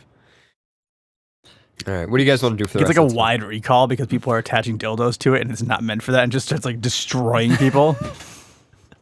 This was not its use. This is not what this was made for. I don't know what we should even do. I want some of those cheese balls. It's not easy being cheesy. Which funny story. Uh-oh. When I was younger with my one friend, so I have a story for you. All right, Story all time right. with Give me a sec. Give me a sec. I'll cue it up. Because I think during Flash animations, my friend's sister made a Flash animation on an old MacBook, like a Macintosh, for the event. She like storyboarded it.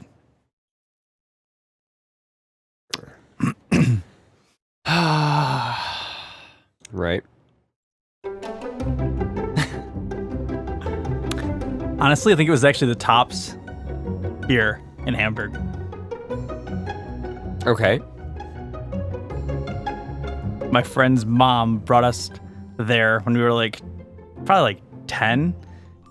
And down one of the aisles, someone had a bag of cheese balls. like opened up like in a Ziploc bag. So they were just eating them as they opened a box of Ziplocs, grabbed one of these, poured it into the Ziploc bag, and we're just going through the store eating it, and then they just like got tired of it and left it on the aisle.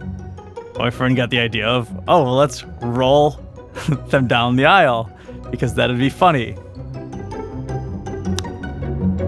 If you've ever known of an American cheese ball, the consistency of these is like, oh, okay, like that's me putting a little bit of pressure on it, and it is styrofoam. Yes, but weaker. Anyhow, a manager. No. Mine, I'm 10 years old with my friend, comes sprinting out of like the office area for that Tops. It was this Tops. This is a traumatic story for me because I'm just remembering because you mentioned cheese balls. And the guy starts running down the aisle towards us, almost falls, blames the cheese balls. Oh my God. And screams at us saying that, you know what harm these things can do? An old lady can like trip and fall on these. On cheese balls? On cheese balls. Okay. So the manager took both of us to his mom. And the manager's words were, these boys were throwing cheese balls at me. And my friend's mom just looked at him like, are you like fucked up? Are you all right? But yeah. So that's my cheese ball story. I just remembered that now. It was good. There you go. Because like that was a meme for me and those friends for the longest time. Because the manager was so serious about it. He was like, these boys were throwing cheese balls at me. Clipping. Oh wow, there's just a nice like square wave in the recording. So I went deep and manly for a second there. No, okay. Deep and manually equals square wave. Yeah. Fun fact. So don't throw cheese balls at people or down aisles because old women can trip and fall on them. What about grapes? Can we throw grapes at people? I can throw a grape into a moving car. I can throw a grape into a moving car. I threw a grape into a moving car too. I've achieved it. I didn't achieve yours, which was a closed window on a moving car. Almost closed window. A crack. I did it twice. that same day. Once was over. I was in the passenger seat. They were next to us. I went over the car and into the window. The other one, I don't even know what the hell happened. You threw it. It went over. Rolled up the one I remember is rolled up the back window. Over the roof. Hit the mirror. And bounced into the lap of the driver. Because he rolled up the window because the first one, and out of the majestic parody that is you, somehow whips a grape into a car that has a closed window. And they're like, I'm just sitting there and a grape fell in my lap. I remember them screaming in the car like, oh.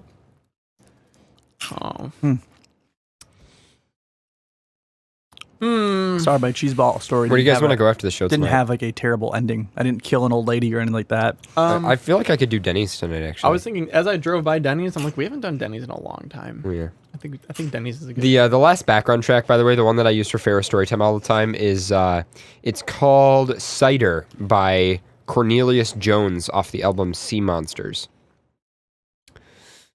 And then the other track that I use is actually just some stock music, I believe, from which was used in the Stanley Parable game. Oh, now I remember why, because it bothered me so much. It's because it wasn't my fault at all for the cheese balls, and I didn't eat cheese balls for 2 years after that. For 2 years? Mm-hmm. They just scarred you. Mm-hmm. That manager. That Because I was like I was a good kid. That was before I went full fox. And now you just don't give a fox? No, just don't give a fox. Yeah. All right, you guys ready for emails? All right. I like your blue glasses. Where's all the good mail gone, and where are all the fans? Where's the streetwise fursuits to fight the rising spam? Isn't there a white knight upon a centaur steed? Late at night I toss and I turn and I dream of what I read. All right, I've got an email here. I actually have a bunch of them marked as well, so if you guys want to hop in there, we can all go through these. Let me just get the lower third up and then switch. Remember we had an interview today? Mm-hmm. Yeah, I remember that. What about it? Those are good times. Yeah, good times indeed. Where did we go What wrong? we were saying. Thank you so much. H. Silverhoof here again. I sent you a wall of text back on episode 250. My apologies.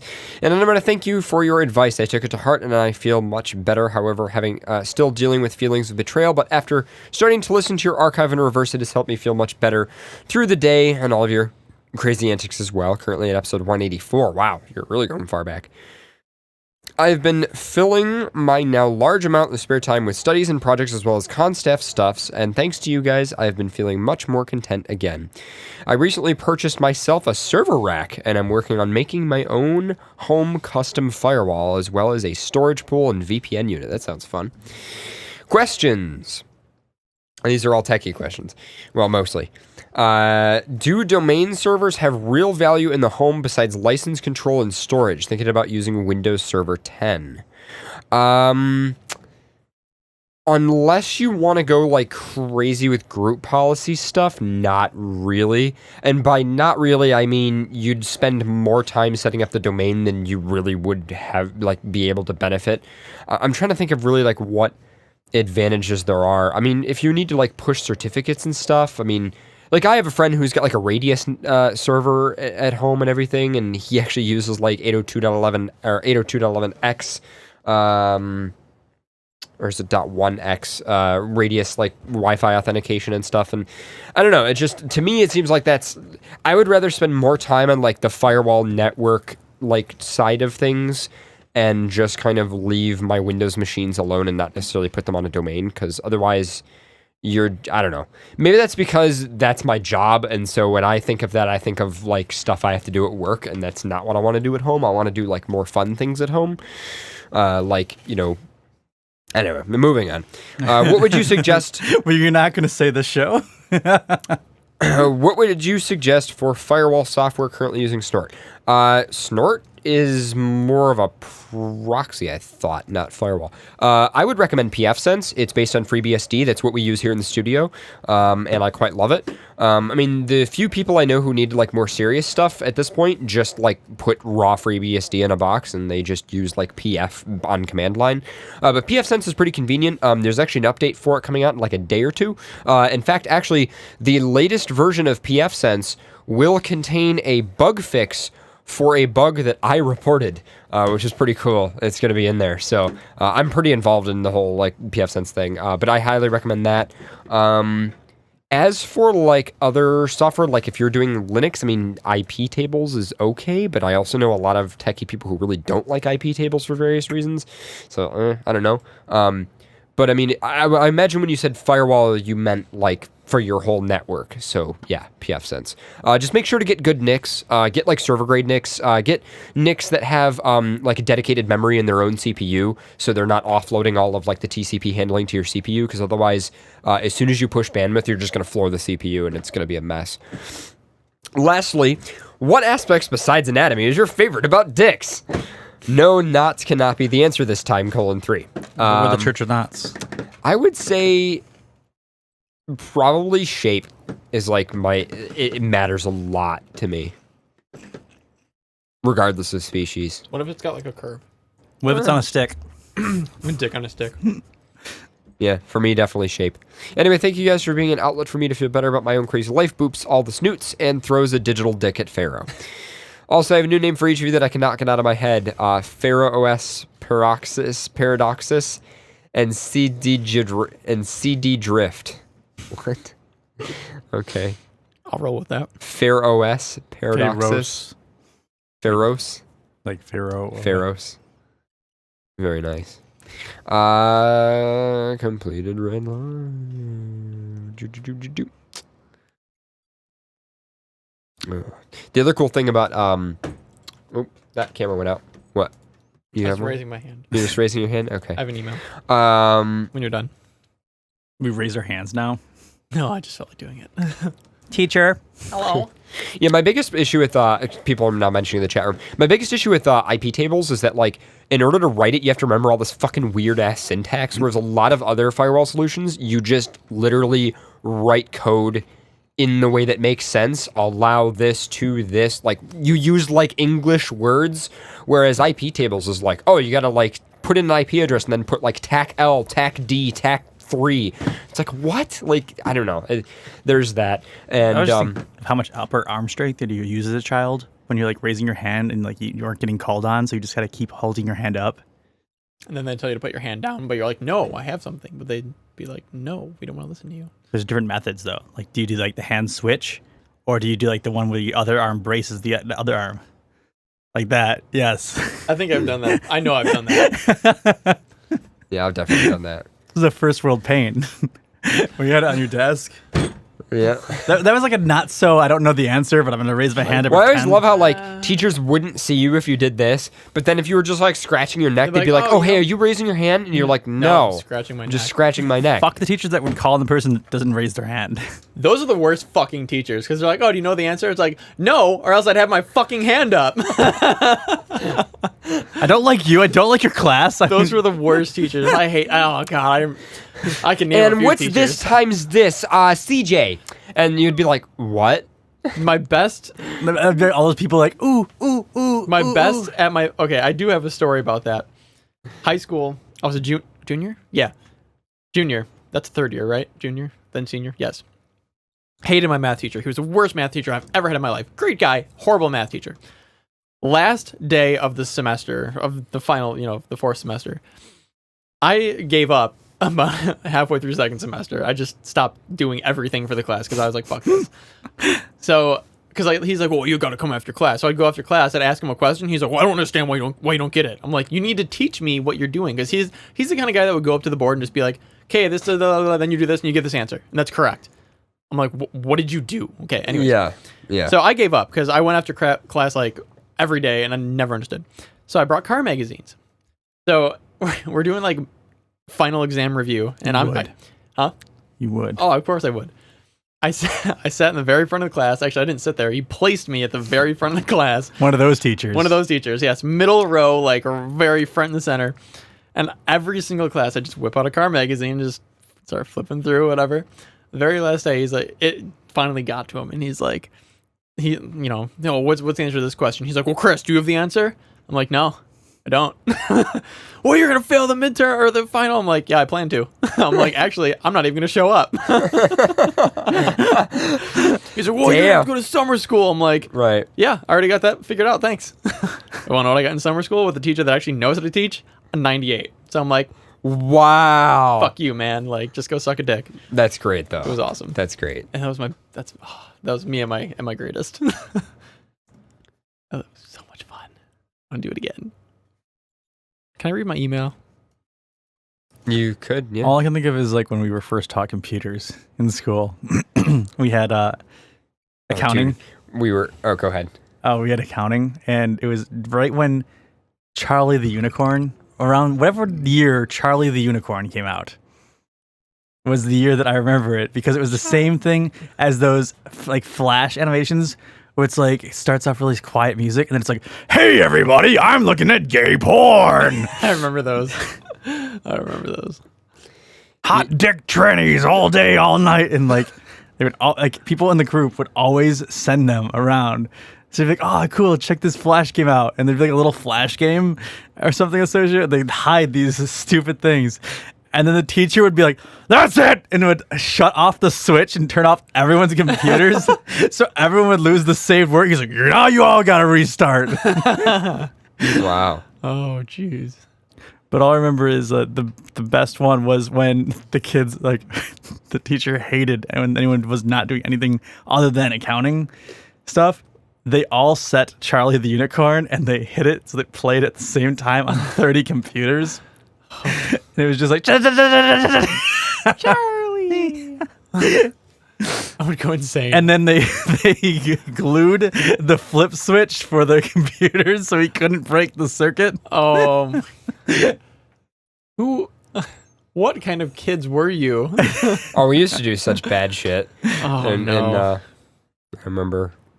I remember when I was in my Cisco class and we made our own IRC network, and whenever they would make us type up vocab, we would each do a different section of it and then send it all to each other, copy paste it, put it in slightly different orders, and then format it slightly differently, and then print it out and give it to the teacher. We were so bad in that class. Smart.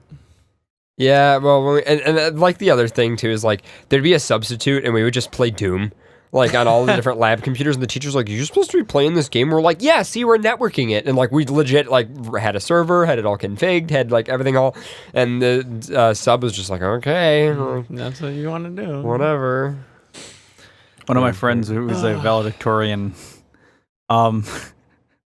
argued with the economics teacher because she's been like unfair on how she was letting the one person present, and like the person just kept like bullshitting him like more and more questions, and you got graded on how many questions you could answer. Mhm. And they were trying to like fuck him up. And so when it came the other kid's turn, he just kept answering all the questions, and she's like, "You need to stop because you're just being like this." And he goes, "No, you need to stop. You need to learn how to teach," and like got an in-school suspension. Well, the funniest thing about that was we had chemistry lab.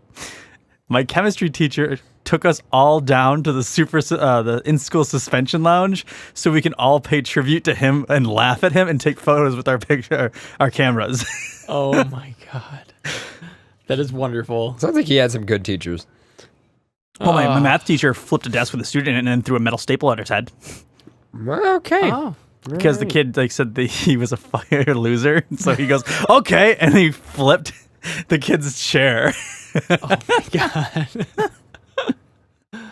Which then the kid like did one of the things where he flicked a pencil. So the teacher was just like, and just whipped a metal not like a plastic stapler, just a full like the old 5-pound metal stapler Yeah. just across the room. Did it hit him? It hit his desk and dented the desk.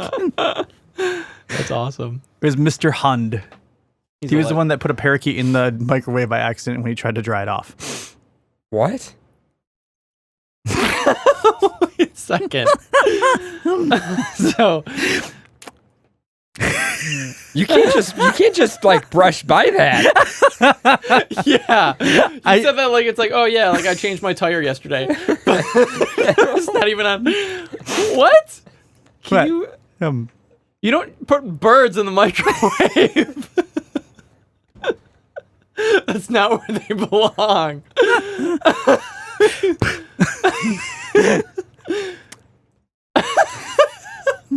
So he tried to dry off a parakeet by putting it in the microwave because radiation really helps dry things off. He never used a microwave before. He thought it was like a hot air machine.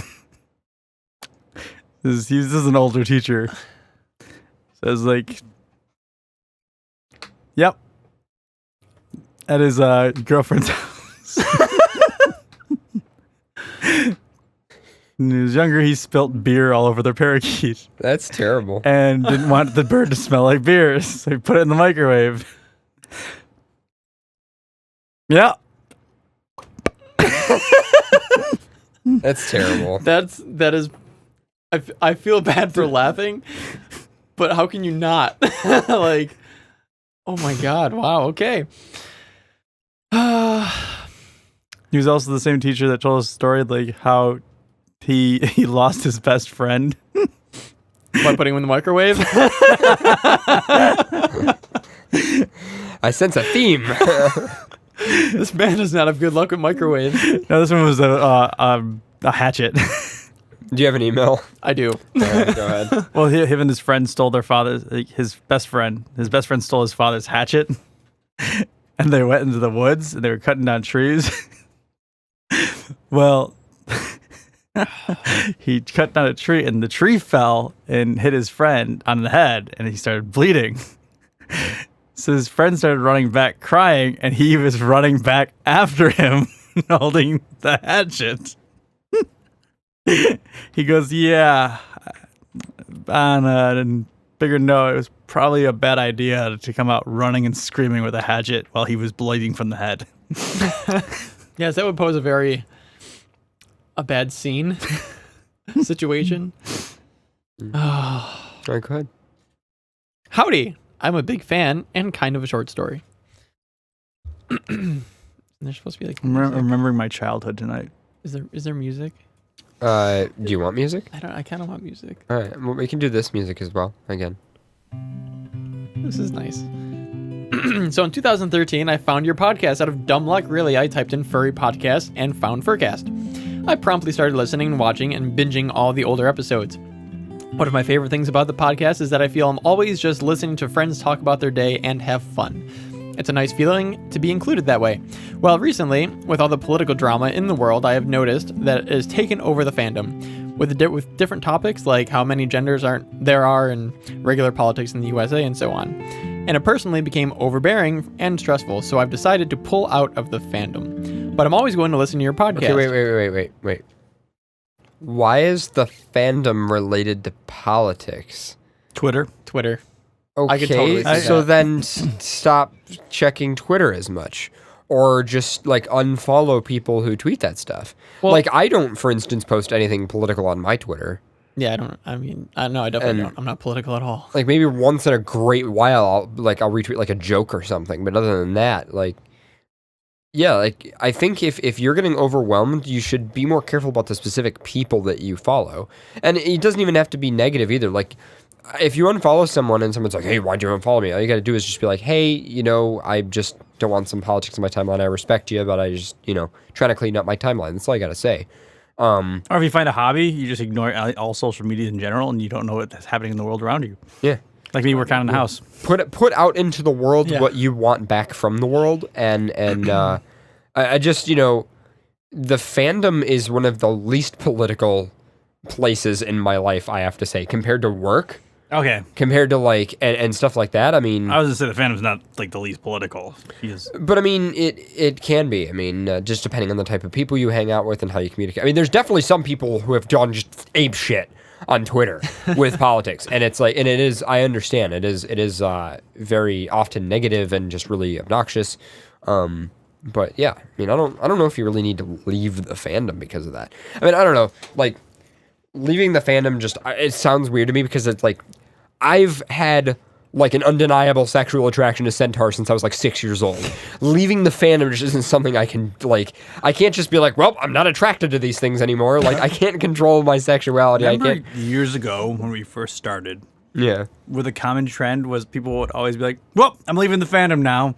And then come back. It's like still a thing. Well, I mean, I can understand, I could definitely much. understand taking a social break, but even then, I don't really see it as leaving the fandom. It's just taking a social break. Yeah, you're just not participating as much. But I mean, obviously, furry is different. Like for some people, they joined furry and they can leave furry, whereas for me, that's not really how it is. Like I didn't really join it.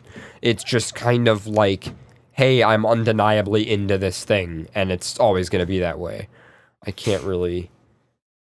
I could definitely get sick of people socially. Furry's like a mole, once it grows on you, the only way to get it off is just burning.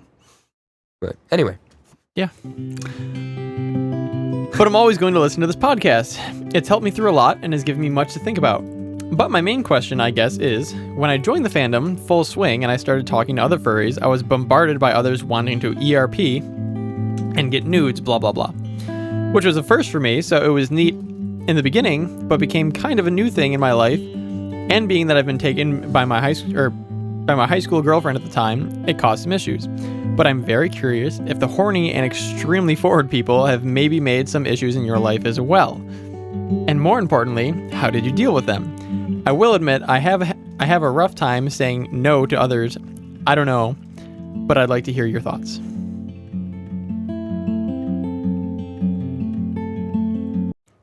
Some people are exhibitionists. Some people are voyeurs. What do they specifically want to know our thoughts on at the end there? If the horny and extremely forward people have maybe made some issues in your life as well. I mean, I wouldn't say, yeah, I could say issues for a few. No, I don't know. Okay, I'm confused at what they're asking exactly. Yeah, I kind of am too. Like, I don't know. People who ask or role play or anything like that cause issues in your life. I think he's relating it to because at the time he had a high school girlfriend, so it caused some issues there. That he was sharing nudes with other people. Or just maybe that these people were just contacting him about that. Not necessarily. So he's specifically asking about drama with like people he might RP with because of. Yeah, no, I mean, I'm not a monogamous, so that's no. But I mean, I don't think even if I was monogamous, I don't think I could get into a monogamous relationship where masturbation or even possibly RPing online is considered cheating. That just kind of seems arbitrary as hell to me. Yeah. Like, I mean, especially masturbating. Like, come on. I've seen people break up in relationships over smaller things. Oh, I have too. But you ate the fucking pudding. We're done. No. I don't know. Yeah, that's just not my thing. I guess wait, hold on. I'm still trying to figure out. I mean, I've met a lot of very horny and extremely forward people in the fandom where, you know, the first point of conversation will be a link to them masturbating. Not going to mention any names, but it's happened. Yeah. Well, I mean, like, I've met people because of this show. But I mean, I have met some good friends by literally finding people on AD Twitter and being like, "Huh, it's a really nice penis." Yeah, and then messaging them and then talking to them, and then turns out they're like a really cool person, and like we're like best friends. I guess it all depends on how like open you are to that kind of stuff. Like if you were really closed and you found the fandom, and all of a sudden people are like, "Hey, look at my dick. Hey, send me a picture of your dick. Hey, whatever." Like, yeah, that could be very like. I'm gonna say kind of like I don't want to say scary, but like uncomfortable, I guess. Like it or not, most people like to compartmentalize stuff, and that's why like it's okay to do that on AD Twitter, but maybe as not. a straight guy going into this fandom, I already kind of knew what I was getting myself into before. Some people do know. Like they're like, oh, it's a very like maybe they know it's a very sexual fandom. Yeah, open. Yeah, exactly. And one of the first cons I went to, there was like just a full blown like garmented crossdresser that was actually like pulled the outfit off amazingly. I was like, that's awesome. I think it's one of the coolest things about cons too, even from when I was younger until now, is that people wear whatever the fuck they like. Yeah. They literally truly be themselves at most cons. I love that, yeah. I've never heard it cause any problems for me. Like the whole sexual thing honestly never really bothered me. No, like it never has for me either. Like unless somebody was trying to like force something on me, which to my knowledge has actually never happened yet, at least. I've never like, you know. I've definitely had some bad instances of dealing with certain people who might be that way, but I don't really attribute that to being like a fandom thing. I just attribute that to them being it's more very, of a it's more very personal. Yeah, exactly. And like some people are just bad at communicating, whether it's over sexual stuff or not. Some people are just like, I'd almost rather them send me a picture of their dick rather than message me hi every 10 seconds, you know? Like, you know, I mean, it's like there's all kinds of people that you meet, especially in a culture as open as the fandom walk into that are just, they're going to be either weird or awkward or whatever. Yeah. I feel like that's more community too. Any community, large community, you're going to have, you know, those kind of people. They exist. But I also like to give people a chance too, because like I'll definitely admit, like there's also been times where I felt I was like getting that kind of connection with somebody, and then I started to be naughty with them, and then they were like got upset, and I didn't want to be that guy, so I was like, you know, I feel really bad. I said, you know, I didn't intend to like make you feel that way. I genuinely thought like mutually that's what we were going for, and he was like, no, and I was like, oh, okay. So like if somebody does ever like message me with just a picture of their dick, I'm usually like, hey. how's it going? Like, Apparently try to really give well them for try to you. give them a chance to like actually speak a little bit, because if it turns out they're a decent person, it's like, okay, then fine. You know, I don't. Yeah. This happened to me before, and I've played it off by just doing weird things. Like I'm like, wow, you look like you're up and early. Seems like you have a little bit of a hard problem there. No, don't. Grandma. Why do you have to ruin everything? Yep. I like the way your mind works. Because I would totally do something like that. This is why we're friends, despite everything. You hate me because I'm like you. I wanted to get that away from the cheese balls. Oh yeah. I don't want these boys throwing cheese balls at him. No, I don't want that. You don't want like, balls yellow over your face, cheese do you? dust in the model. Don't want that greasy cheese dust on me. Yeah, I don't want cheese dust on my face either. Okay. But fucking Chester I would be think we've- awful. I think we've answered his question. Yeah. All right. Chester Cheeto would ruin bed sheets. Anything else that we want to do before the end of the show? I mean, we could do another email. It is kind of late, though. It's really late. Yeah, we should probably call it a night here. Post show. Yeah, we'll do post show. Oh.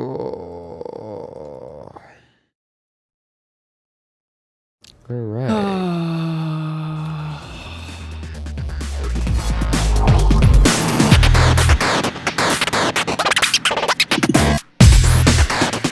All right. Thank you guys for joining this evening. Thank you to Fox Amore and Pepper Coyote for joining us for a lovely interview. That was pretty awesome. Thank you to Lovely their interview with lovely people. Lovely, yeah. And thank you to their agent, Dixie. If you're still listening, Dixie, you are awesome. It was great to work with you. And thank you to everybody else who supports us, all of our Patreon supporters, all of our friends who put up with all of our bullshit. And Dear God, thank you for supporting us for Yeah. whatever reason of... Thank you to RCP for being around and making sure the servers are working all good. And We can thank my all house settled. for raping RCP twice. Yep. And literally a screw bored into his butt twice. Wow. Really? Yep. Jeez. He made a gay joke in the house. As I said, the only thing straight in this house is me. Because none of the walls are straight. Nothing's straight in that house. Yeah. And RCP's like, oh, I'm straight. And then the house literally was like, There you go. ripped a pair of his pants. And then like a day later, ripped a pair of pants on the same screw. Really? I think he ripped 3 pairs of pants. The house. Yeah. Oh my God.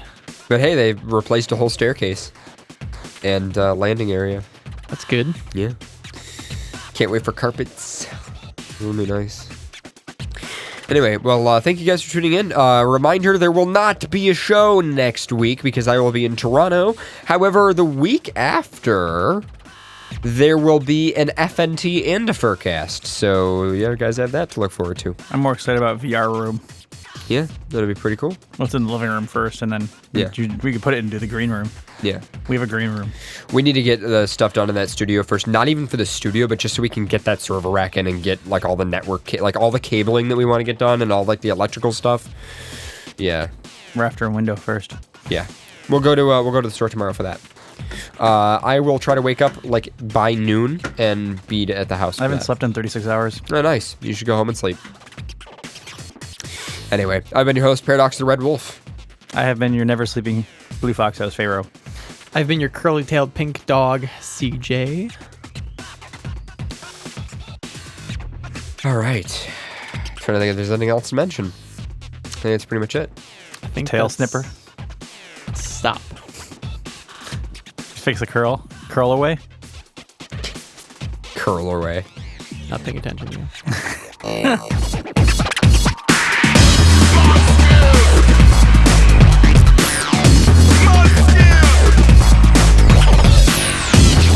This is the Zana Broadcasting Network.